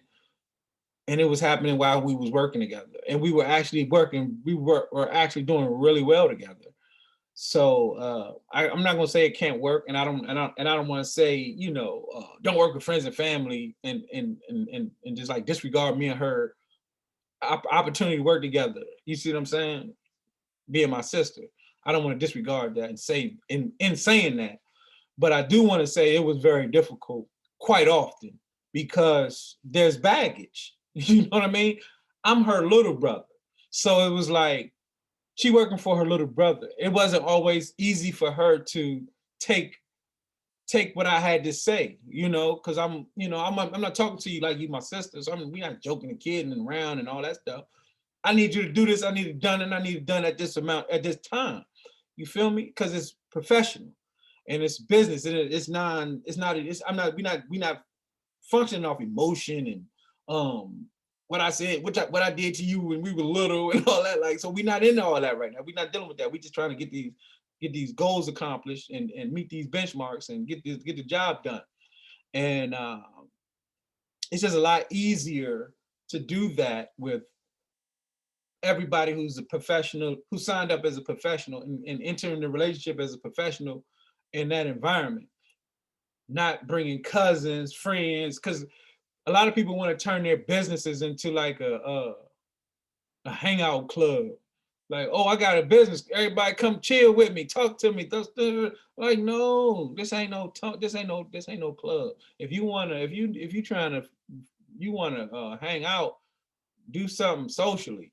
Like, don't use your company as a means to like hang out and, you know, bring all your friends and family around. Cause it's just, you know, I can understand celebrating the excitement of getting started, but when it's time to do the nitty gritty, you want to have everybody in there solid, locked in, and focused on what they came to do. And I mean, I just felt like I had to say it because I just thought about it. And I know a lot of people, when I hear about it, oh, me and my sister, or me and my brother, or me and my girlfriend, or me and, you know, girlfriends, two friends, like me and my buddy, we gonna do this. Just be very clear about everybody's role. Make sure everything is documented, contracts is in place, agreements is in place. And it's just not no homie hookup type of situation, you know, where we just going off word and all that, because business gets tricky, business gets complicated, money is very tricky, money is very complicated, and it gets even more complicated when you got feelings and, you know, people that you care about. You know, you just don't want to destroy no relationships because of money or business. Some of my best friends, my best homies, the guys, we don't do business together. You know, we try, we think about it, but it never actually comes to fruition because we kind of value the friendship more than, you know, the dollar, because we can all get money. So we don't need to get money. Like, I don't have to be in his business and he don't need to be in mine. But I'm here for him if he need me, obviously. And he there obviously for me, for the resources is still, we still got access to each other's resources if need be. But so administrative assistant is just an assistant to the office manager so whatever you're working on and you need some help with, usually your administrative assistant can help you with that. What are some things you got to think about when you're at the office?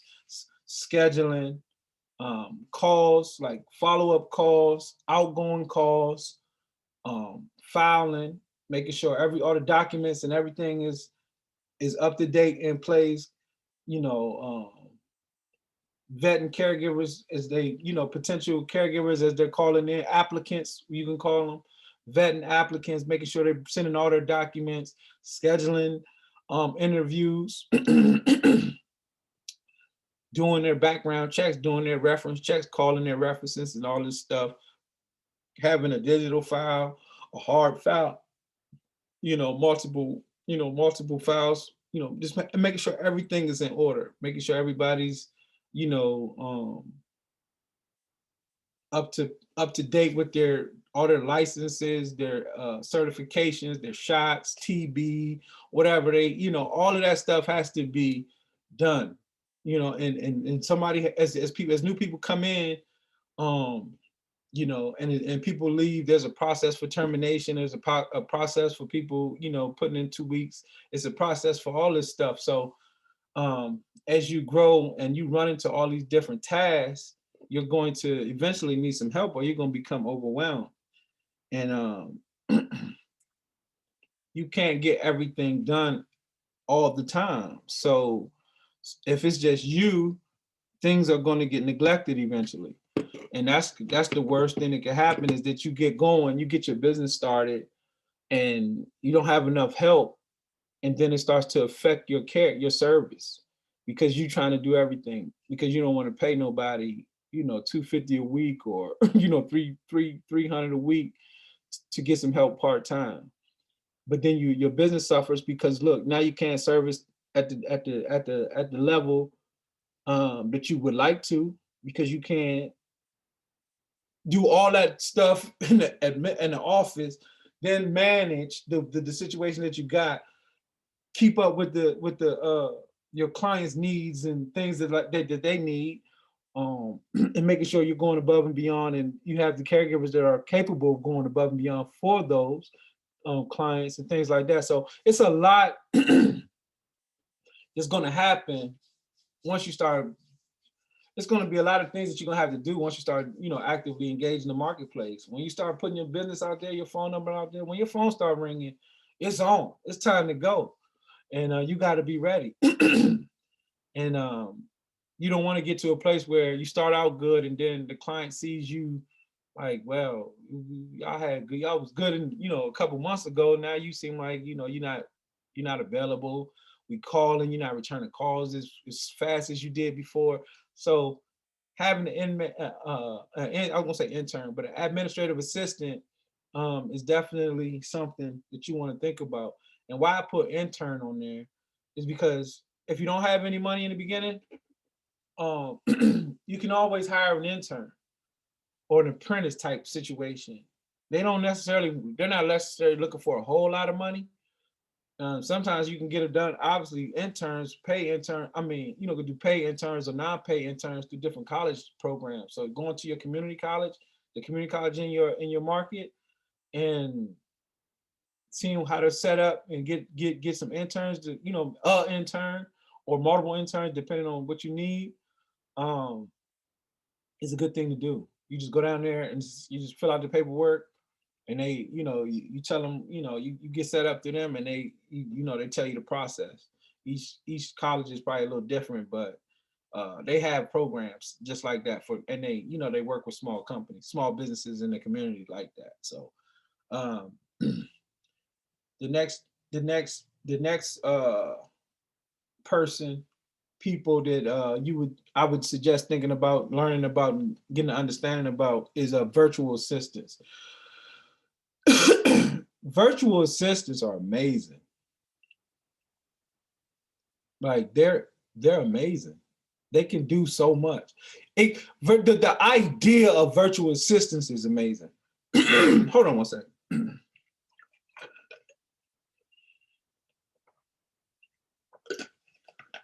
The idea of having virtual assistants is amazing because you can hire people with high skill sets that live in other countries who have trained themselves to be a support for companies in America. What does that mean? You can hire, like we do, the people who does my websites, SEO, so like search engine optimization and promotion it and registering it on all these different sites and doing all these things, just pushing my website on Google, my home care website on Google is a virtual assistant. He's in Indonesia, and it's a company in Indonesia, and what I pay a month would cost me what I will pay a month in America will probably be like $700-800 a month, where he does it for a couple $100, not even for a month. So like not even $200 a month, and I'm getting the same level of website promotion, search engine optimization done to my website, strengthening my ranking on Google in these target geo targeted locations. So like I'm not, you're not gonna see my website in Texas if you put up home care, because I don't have no interest in my website being in Texas. You're only gonna see it where I want to see it. Well, you're only gonna see it, you're definitely gonna see it where I want you to see it. And then you can see it in other places, but we're focused on specific areas and specific markets and specific counties and cities and communities. So these are the areas that we we tell our virtual assistant to target. I mean, he knows this and he just wants to know where, and then he goes to it and does the work. So that's just one thing that they could do. Another thing that they could do, they can create the documents for you. So like, say for instance, we talking about the newsletter. Talking about the newsletter.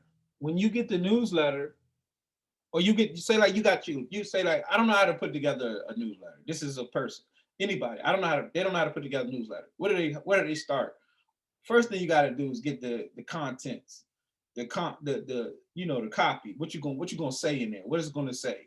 Okay, now this is what I want to say. This is the major topic I want to discuss, and these are some of the side points and things that I want to just have in there. Like I used to have I like having a joke, like a little, senior joke, like a little funny pages part of the newsletter, a restaurant of the month, like in the community that we're targeting, whatever's going on in the community, like, and I would just go to like the county's website or the different senior websites in the county. So like the Department of Aging, they'll tell you where all the like their little senior events. They had plays and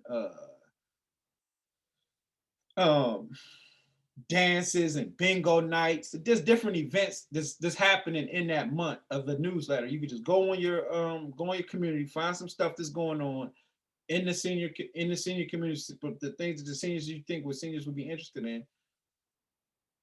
Compile all that information.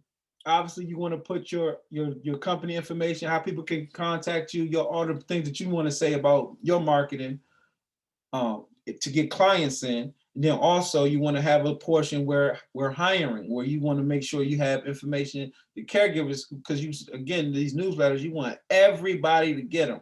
So you're not just sending them to potential clients, leads and stuff like that, or referral sources. You also sending them to your caregivers, because it's just as important that you hiring, right, and finding caregivers, good caregivers, the right way and in a consistent way, just bringing them in and keeping good ones. It's just as important to find the clients, because if you don't got no caregivers, you ain't got no clients. You ain't got no business. And if you don't got no good caregivers, you ain't gonna have no clients for long. So you gotta constantly be looking and pursuing caregivers just as much as you pursuing clients. So putting together a newsletter and having all that information in one place, you might just have to put together you can put all of it in a Word document. I put all that stuff in a Word document, send it to my virtual assistant. He already has a template for me. He sent it to me and showed me like, this is how it's going to look. So we just need a couple images, the documents, the words, the images, what you want to say, boom, send it to him. He sent it back. The template that he sends me is already, set up to be converted into like physical mail, because that's what he does. So it easily converts. He can send, once he sent it to me, now all I have to do is take it to the printing shop or wherever I'm gonna get it printed up at. And they use that template because they're familiar, because they all use this particular, it's just a popular newsletter template. And they send me the actual physical copies, or if they're going to send them out for me, if I'm going to get it delivered through them or whatever direction we're going to go in with that, they send them out. But the amount of time that it takes me to put together newsletters, I probably put together a newsletter in like 30, 40 minutes, as far as just get all the information, find a great article to put in there. Because a lot of time I just find a good article on the internet. Just return to the concerns. Like I might say, like, when the weather changes from like fall to winter, we'll talk about senior safety in the winter months or something like that. And then that'll be like a main topic. And then or like senior travel safety, or just like something safe, something that has to do this, something that is valuable information to the senior community. That, and then we put all the other little side pieces in there, and we send it to them, and they send us back a complete thing, a complete newsletter. And then the same thing, like I was saying, you could convert that newsletter into a PDF and send that same newsletter to your email list, or everybody's email that you have. You know what I mean? So that's a lot there that you could do with that one particular newsletter. And I'm only talking about it because we on virtual assistants. This guy can do this for you, and he'll do it. Like, I think it's like $60 a month. I mean, $60 a thing. So I had this big pretty, I had this pretty newsletter that I got that had some great current relevant information that I can put into my community for $60, and it's beautiful. It looks good. If I get it printed up, it looks right, because the template was designed for that. Email, it converts great into PDF. It was designed for that. I could, if I want, I can, post it, use some of the images and things like that to post it online in different ways. I could have a virtual assistant convert that newsletter into a video newsletter. So I can post it on the internet. I can post it on things like YouTube and different video services. So you can get all of this stuff done through virtual assistants at an insanely cheap price. And that's the thing, like, you can get a lot done. And I hope that me just explaining like the newsletter, gives you some, gets your creative juices flowing, to where as though you can figure out some other things that you could probably have an intern do. I mean, a virtual assistant do. They can do everything, logos, everything, accounting. It's everything. HR, they could do the outbound calls. So listen, there's a sister in Jamaica that we use that to make follow-up calls. So how do we use her? How do we find her? I went on the internet. I already got somebody to take my inbound calls. Already had that. During office hours, we got the regular people at the office, our company staff. But then after hours, we could use a company called Pat Live, to where though it's always somebody just going to answer that phone live. And that's what you want to have. You don't want nobody calling your company and they get a voicemail. I don't care what time it is. If it's 2 o'clock in the morning, 4, 5, 6 o'clock in the morning, client calls, caregiver calls, a lead call, whoever calls, you want them to get a voice instead of a voicemail, or just a ringer, just to keep ringing. So that would cost a lot of money, and you had to have somebody just to pay hourly just to stay up and wait for the phone to ring. What if it don't never ring? So what you do is you hire a service that you pay. It's like a pay as you go, and they answer all my incoming calls. Again, this is another form of virtual assistant. They get all my info. I give them a script. They know my company, and the more calls they take, the better they understand my company. And they get better help ask questions and stuff like that. And all we do is get an email of an email transcript of the entire conversation, all the questions that he asked, written out, and that's how we move forward. That's how we, get a lot of this. That's how we keep people when they call. That we always have somebody ready to answer the phone. But that's incoming calls. In the service that he does, they don't do outbound calls. So I said, okay, I got to find somebody who's going to do outbound calls. Outbound calls, people making calls out. 1 second.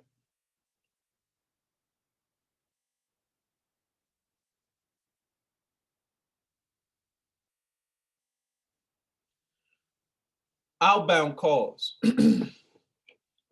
Got a sister in Jamaica. I found her on one of these virtual assistant sites.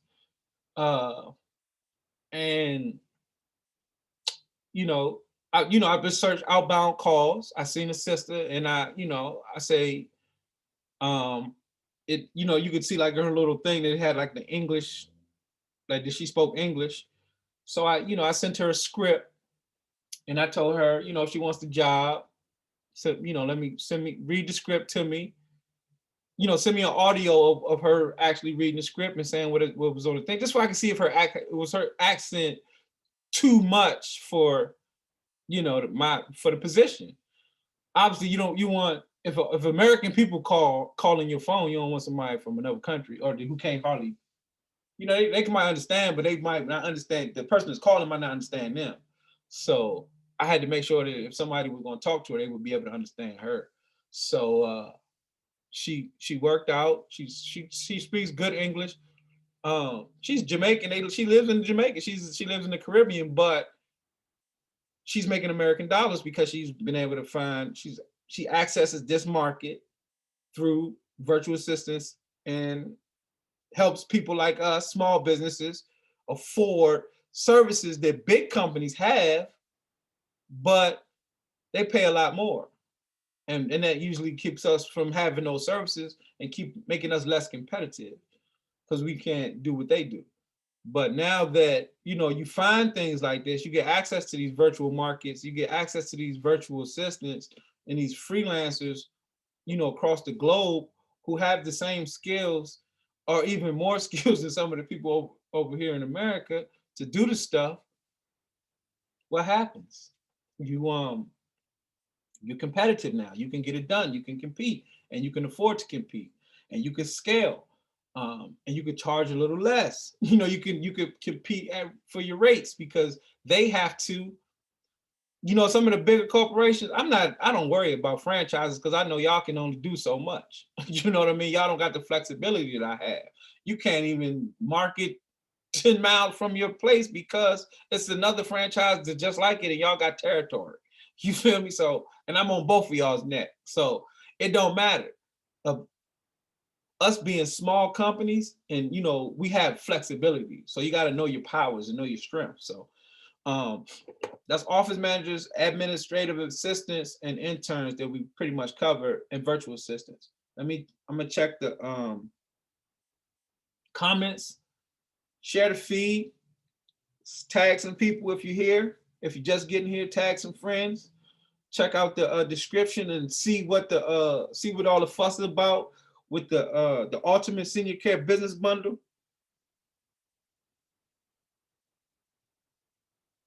And you should be good to go. But let me take a second. I'm gonna look at some comments here. And we're gonna get back to it. We're gonna cover these last couple topics. Sign installer, just something, and I'm gonna explain the importance of that, why I'm even mentioning it, and community liaison. And then the last two bullet points are books that I feel like is very important when it comes to team members and business management. I mean, you know, not just management, business management, but managing employees and delegating, and the importance of, you know, getting to that place.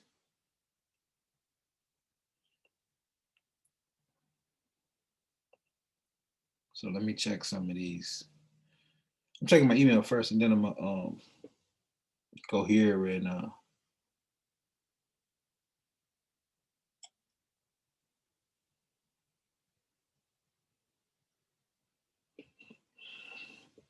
then I'll get back and I'll check these comments here. I got a couple emails to respond to.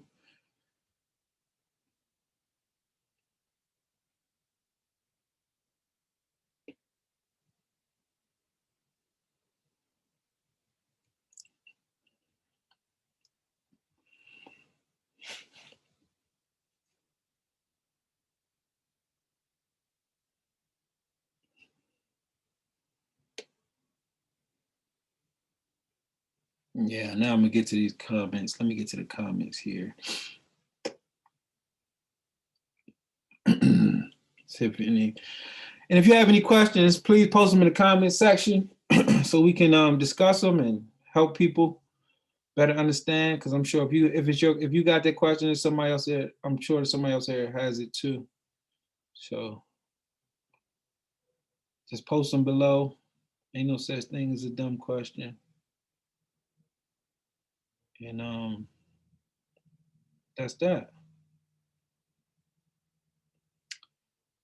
The business in the box is included in this package. The business in the box, you saying what's the difference between the business in the box and the startup kit? The business in the box is home care, and the only other thing that we call the startup kit is the assisted living business startup kit. So that's assisted living. So that would be the difference. Amanda, I just sent you an email, so you should have your stuff now.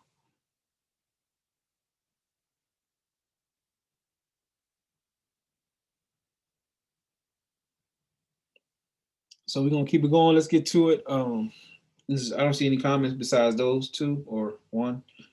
We can get back to it. Sign installer. Why do I have sign installer on there? Because I take signs serious. I take the whole bandit sign serious thing because they just been so good to me. They just been working so well for me for so long that it just doesn't make sense for me to abandon a strategy that works. They're not the easiest way to go. They're not always fun to put out and to get done, but they work. They're effective. I read an article. No, somebody tried to sell me some ad space, and it was on the side of the road. And they said you're gonna have 250,000 eyeballs see this sign every day. 250,000 people rather is going to see this sign every day because the location and because of the location. It was on the highway, it was on the side of the road. And I was like, wow, that's a lot of eyeballs. And that's only one sign. What if I put out 1,000 signs a month in 5 different counties? How many eyeballs I'm gonna see? Who gonna see me then? You know, so putting out 500 signs, 1,000 signs every month. I mean, you do the math. Millions of people gonna see your sign and your phone number. That don't mean that you're gonna get millions of phone calls, but it's just exposure. Business is a numbers game. Business is about numbers. You know, marketing is about numbers, and the more people who see you or know you exist, the higher chances you're gonna find some clients and do well in business, and that's just how it goes. So one sec, I just got a little emergency call.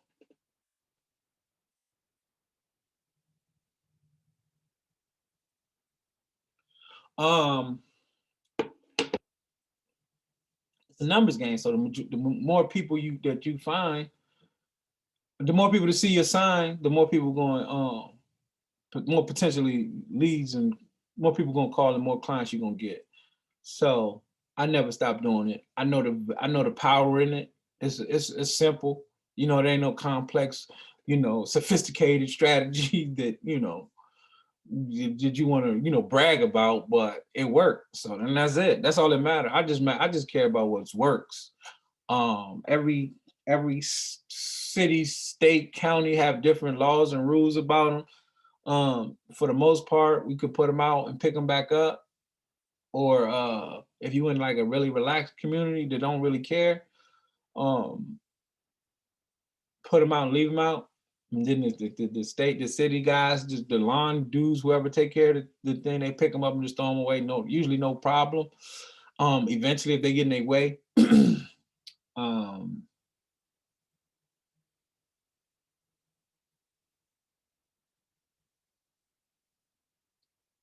finding a good person to put out signs is ideal, because once I find somebody right, I don't even see the signs no more. I ship them. They get shipped to the sign installer, and I have routes. We already created routes. So we go to the routes that we create, and this is something too. You want to create multiple routes in different counties in your target area if you're going to do bandit signs. And when you do these signs, when you do these routes, You just, you write them down. So if this guy quits, you can always take the route and give it to somebody else and they'll know what to do. You just got to show them, it's real easy stuff. It ain't, it ain't rocket science. You just got to show them how to place them on the highways, how to do it safe where, and, I make sure they got reflective vests. They go at night. They never park in, specific areas. You always park in a safe place. You always have your reflective vests on, stuff like that. But we give it to them. He gets the signs, and then he put them out every Friday. Oh, and another thing I was gonna say about that, I don't want to forget this before I go on, is never put more than like 100, 150 out in one county in a week. Even though counties can be big, you just don't want to really shake the hot beehive too much, because if it's people start feeling like spam, you spamming a county with junk. You know what I mean? So a week, a county per week, like, so if I'm gonna do multiple signs, if I'm gonna put out, 200-300 signs in 1 week, I'm gonna have to go hit 3 or 4 different counties. I'm not gonna put all of them in the same county, and then they're gonna be disappointed. The citizens in the community will be complaining, and that's who they're gonna call, and you're gonna start getting a whole bunch of mess. And that's another thing, when you hire somebody to help you put your signs out, you got to make sure that they're not. That's why you got to have a route in place, so they can't just, you don't just say, oh, I just want them in this area. No, I want them I know exactly where every sign is at, like with street corner, how many is on that corner, how many on that intersection, and where that intersection is at. I need that information. I need it real time. And how do I get that information in real time? When he posting them signs, he's taking a picture in an app called Simple Crew, that as soon as he puts a sign in and take a picture of it, instantly I know where that sign at. And that's his accountability. That's how he gonna get paid. Because if I don't see, say for instance, if he putting out 100 signs this week and I only see 60 pictures, we got some explaining to do when he get back before he get paid. Where the other 40 signs at? Unless, and this is something I'll allow them to do, is put out 4 signs on the intersection and then back up and take a picture of all 4, and then obviously we can see all 4 and you get paid that way if you're not gonna sit there and take a picture, because different people got different ways of doing it. They don't want to take a picture of each individual sign. They be trying to rush and do it fast. The guy that I have now, he's so great. He's not in a rush. An older guy, he like doing it. He say he gets exercise, extra money. And I pay him about $175 per every 100 signs. So, but he's receiving the signs to his property. He's putting them out. He's creating new routes for me as often as I need. I'm saying, hey, let's try this. If I'm when I'm working in a new county or I'm looking at a different area, hey, I need a route in this area, and that's give me the new route, and then go put signs out there, and that's it. Every week, clockwork. I get it's just the internet gets slow. Referral sources get, slow. It's just not as much activities going on.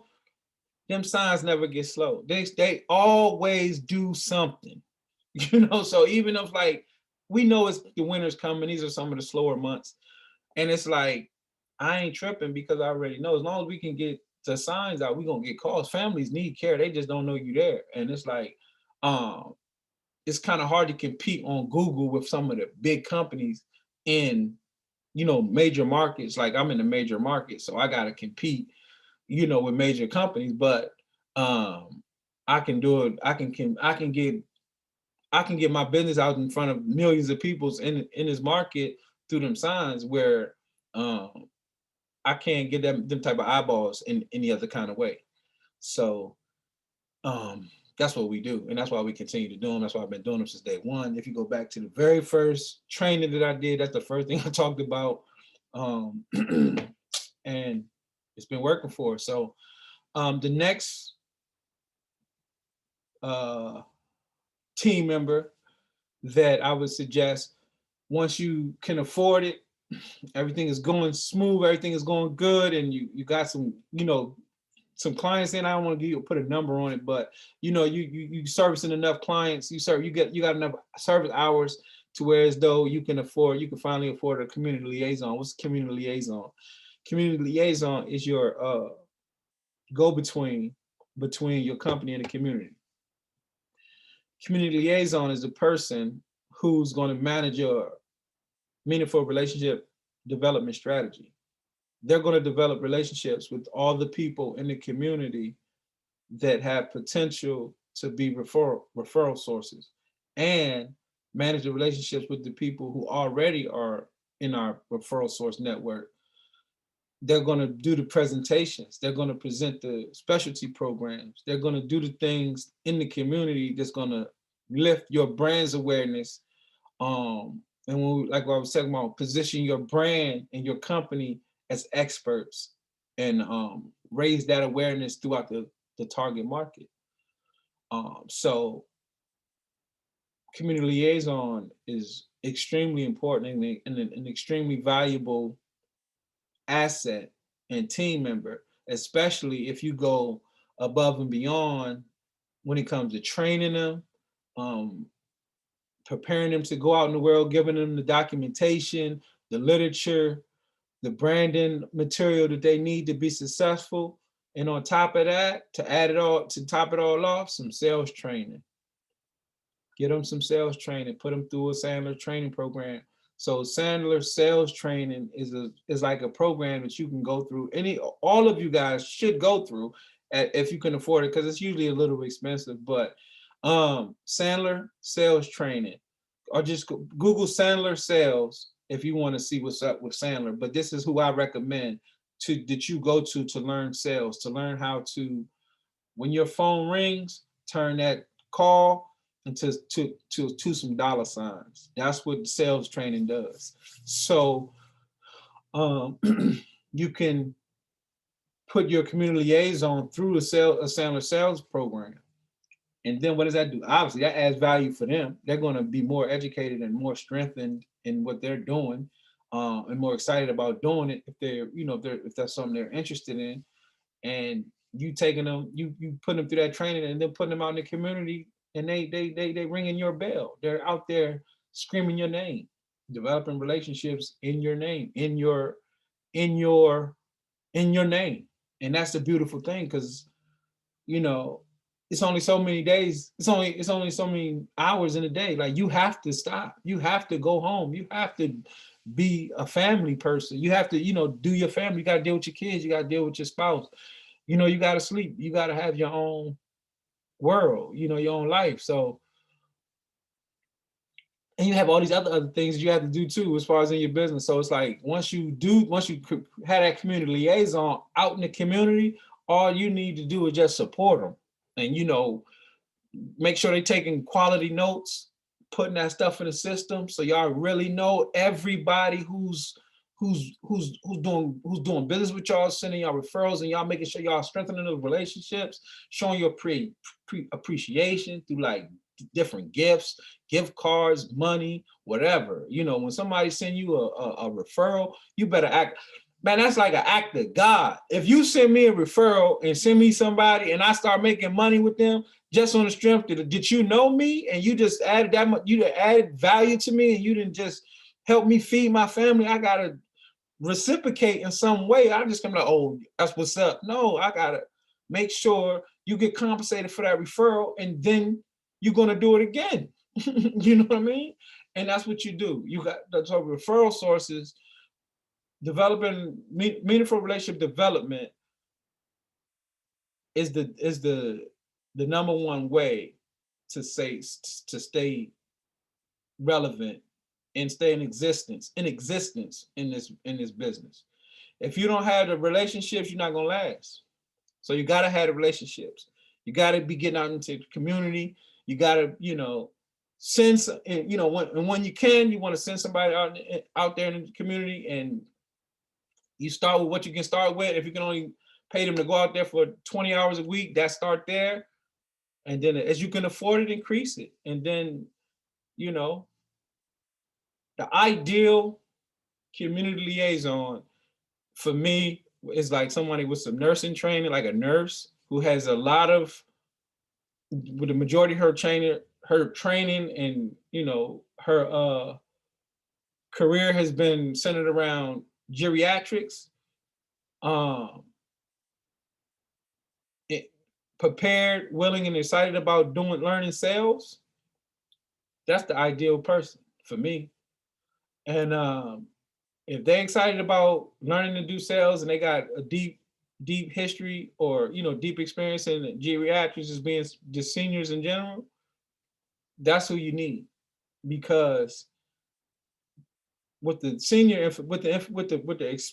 just from being a nurse, you know, families, different people, they look up to nurses. Nurses have a good name in the community, you know, so they respect that. That's one good thing. That's something they're going to respect. Having a geriatric background, you know, you've been doing this for a while. You have great experience with seniors. That's another, you know, great thing. And then on top of that, equipping them with the sales training makes them extremely dangerous.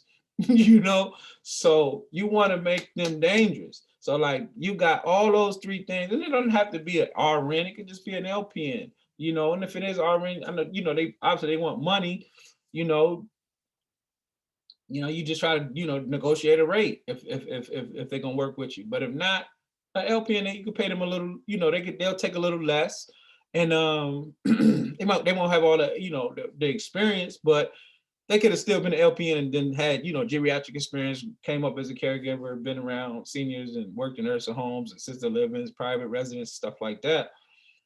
And they can still have a lot of great experience. And now the LPNs, and I'm saying nurses because I like to put nurses out there in that situation, and or a really, really solid caregiver who has an interest in that other piece, sales. So that what makes an ideal candidate for me for the community liaison position. 20 hours minimum. I would start with. This is a part-time position.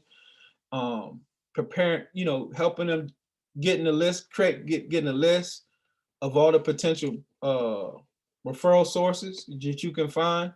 I would start with the county, with the state's list. So the state, most states that we live in, you can go on the website, their websites, the state's websites, and search like it'll tell you what all the nursing homes. They'll just have a list of all of them, you know, and then you could just easily usually you could download it like an Excel spreadsheet if you're lucky. In some states, you could just download an Excel spreadsheet and you get all the assisted livings in that state, all the nursing homes in that state, all the hospitals, like everywhere that has to get licensed through the state, every medical facility that has to get licensed through the state is public record on their website. So now you have this list of all the nursing homes, all the assisted livings, all the hospitals, all the rehabilitation centers, like all these different places, all the adult daycare centers. If they need a license, you're gonna get their information off the internet for free, off the state website. And what do you do when you get this information? Now you take this, this is her hit list. I need you to, these are the companies that we need to start developing. These are all of these locations in obviously in the county, in your market. I need to all over the state. You want to target in your market. Or who we need to start developing relationships with. And she might start out with a list of 500 locations. That's a great start. You know, now you get to it, 20 hours a week, you know what to do. I want you to take good notes. It's her job to develop the presentations. We'll support her with all the, you know, the information that we can give her, help her out to make, you know, a great presentation, the literature, the actual pamphlets, handouts, whatever she's going to use, whatever she's excited to use. She can participate in specialty programs, developing a specialty program, definitely telling people about the specialty program that we have. So it's like all of these things are available at their, you know, through us, from helping, you know, we support that person with that stuff. And, you know, obviously we got business cards, the, you know, uniform, at least a shirt, a polo shirt with the company logo, things like that, you know. So she goes out there as an extension of your company. She's a community liaison. She's a representative, a sales rep, for lack of a better term, for your company, but just like highly trained in a specific skill set or niche, or you know, understanding in the senior care world. So having a great community liaison is very important. And like I said, I put that last as far as like the people, because that's usually like the most expensive person, but this could be the most valuable as well. So as far as when you start your hiring, obviously y'all know caregivers, so I didn't want to, you know, add that there. Caregivers can be are definitely part of the team, but I'm kind of just thinking about more of from the office business standpoint. Two pieces of literature that I would suggest you picking up or download on audible.com or wherever you download books is The E-Myth, Gerber. That book changed my entire perspective on how to run a business. It's going to teach you from thinking like a solo entrepreneur to thinking like a real CEO of a company. It's going to help you, and it's helping you with that transition. You know what I mean? It's not going in there, oh, this is what a CEO is. It's sounding like, I know where you are as an entrepreneur. I know you're trying to do everything by yourself. Let me tell you these stories. Let me show you these, you know, share these experiences with you so I can show you what's going to happen if you don't do it. Meaning if you don't learn to become a manager, learn how to delegate and hire well and fire fast and, you know, recognize talent, good habits, and, you know, consistency and things like that, and be able to hire. We're gonna tell you what it's gonna look like if you get good at that, and we're gonna show you what it could look like. What it's gonna look like when you get to a place where you want to, you know, you're a technician. He calls them technicians. You're a technician. You know what to do as far as, you know, the service or the product, but you don't know the whole business. You're not doing it as a business person. You're just like you're like an independent contractor for yourself, or like a lot of people say, self-employed. You work for yourself, and you could be your own worst boss, you know. So this book helps you understand that. A good example of what I'm trying to explain is what occurred. What I noticed, what occurred when I first got into this business with my previous relationship. It was in the previous marriage. So it was when she first got into the business, when we first started the business. If you don't know my story, I was introduced to home care through my ex-wife. She had been doing home care since she was 15. By the time we got together, she was already in the home care business for like 15 years, over 15 years. So she had a high level of experience as far as this, you know, doing the work. And she did it well, excellent. And that's what enabled us to start a business and become successful. But what happened early on, she didn't understand. We didn't understand the importance of delegating, hiring, staffing, and just doing, you know, hiring people, building a team. We were doing it alone. She was doing the majority of it alone, and just wasn't interested in getting any help. No matter how much work we, you know, we attained, no matter how busy we got, she would stay up later, sleep less, work more. It was just like, and I didn't understand the mentality until I read the E-Myth. And then once I read the E-Myth and she read the E-Myth, it dawned on us. Like, wow, you know, this is a recipe for destruction. because you can only go like that for so long. You can only build so far. You can only build that so high. You know, you can only do so much with that. When you're just a technician and a solo entrepreneur, you need help. And if you want to go, you know, if we had goals of, you know, that were like around just whatever she could do in a comfortable way, and whatever me and her could do it together in a comfortable way, and that was it, we'd have probably been okay. But we had higher aspirations. And the thing about it too, and I don't want to say that and make people think that you can run a small business and keep it small. A small business can't survive acting small. Okay, so let me say that too. A small business, even though you got a small business, you can't act small, because if you act small and you think small, you're gonna disappear, because you have to pursue opportunities, clients, and do the things that you need to be doing as if you trying to build a company 10 times the size that you really want it to be.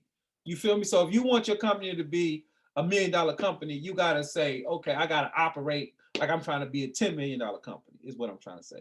So you can't be like, okay, we're gonna stay small. No, because if you stay small, you ain't gonna last. Period, point blank.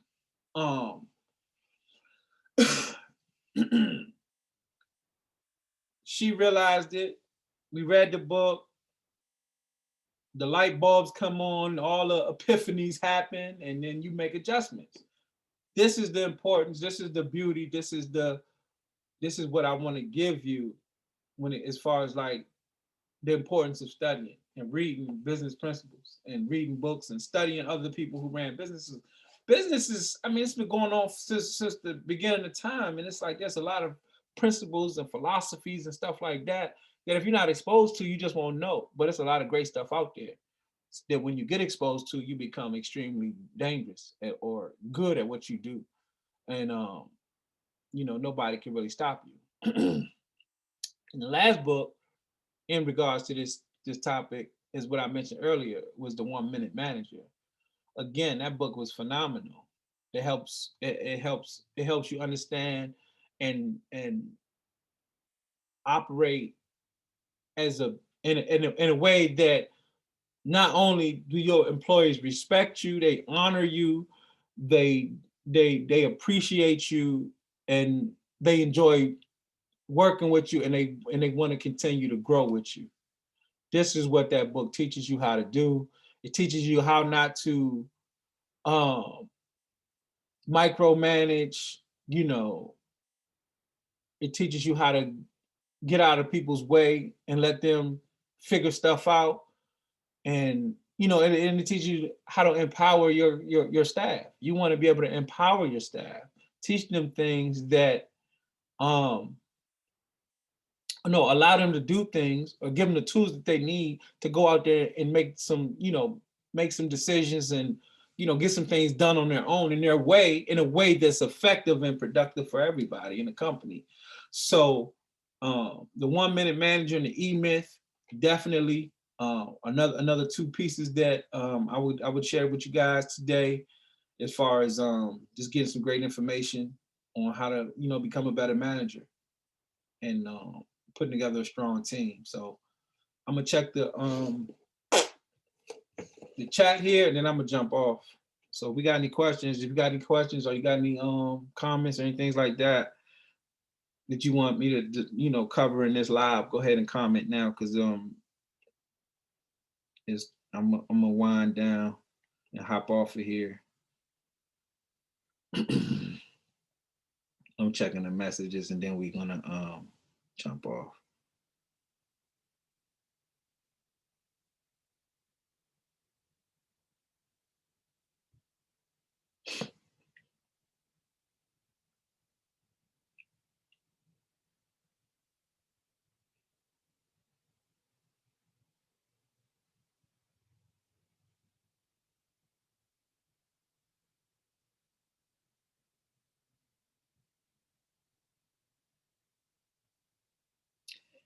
Don't see much questions. I got a few comments here, but I don't see any questions. So hopefully you guys enjoyed this. If If you have any questions and you see this later, just shoot us an email, give us a call. The Ultimate Senior Care Business Bundle is available. I'm going to keep this promotional available for the next few days, so people can more people can take advantage of it. We had a lot of great feedback when people received it, and they just felt like they were just so ready to get started, and they just feel like they have what they need now. And that was the point. That's what I was trying to create with that. That's what we're creating. And me even coming on here and doing these lives is kind of like, I want you to have the information, but then I also want you to have the training as well.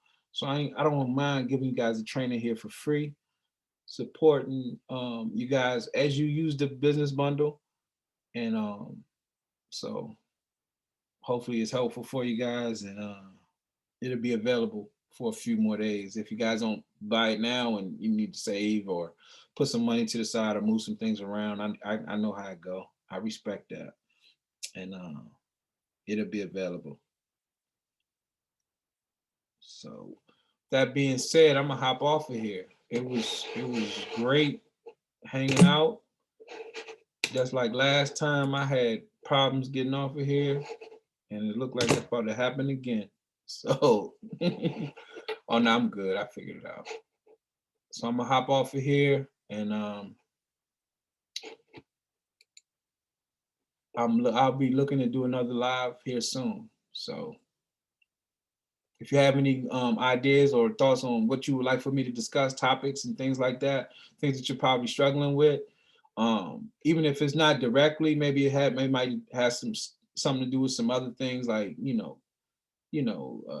not personal, but like how we manage our personal time and things like that, and some of the things that you might want to think about to start develop better habits and things like that, routines. We can talk about different things. It don't necessarily have to always be one thing. So if you feel like you got some questions and maybe I can help or give you some insight, feel free to come back to the page and post your questions there, and I'll do everything I can to help. So thanks for joining me.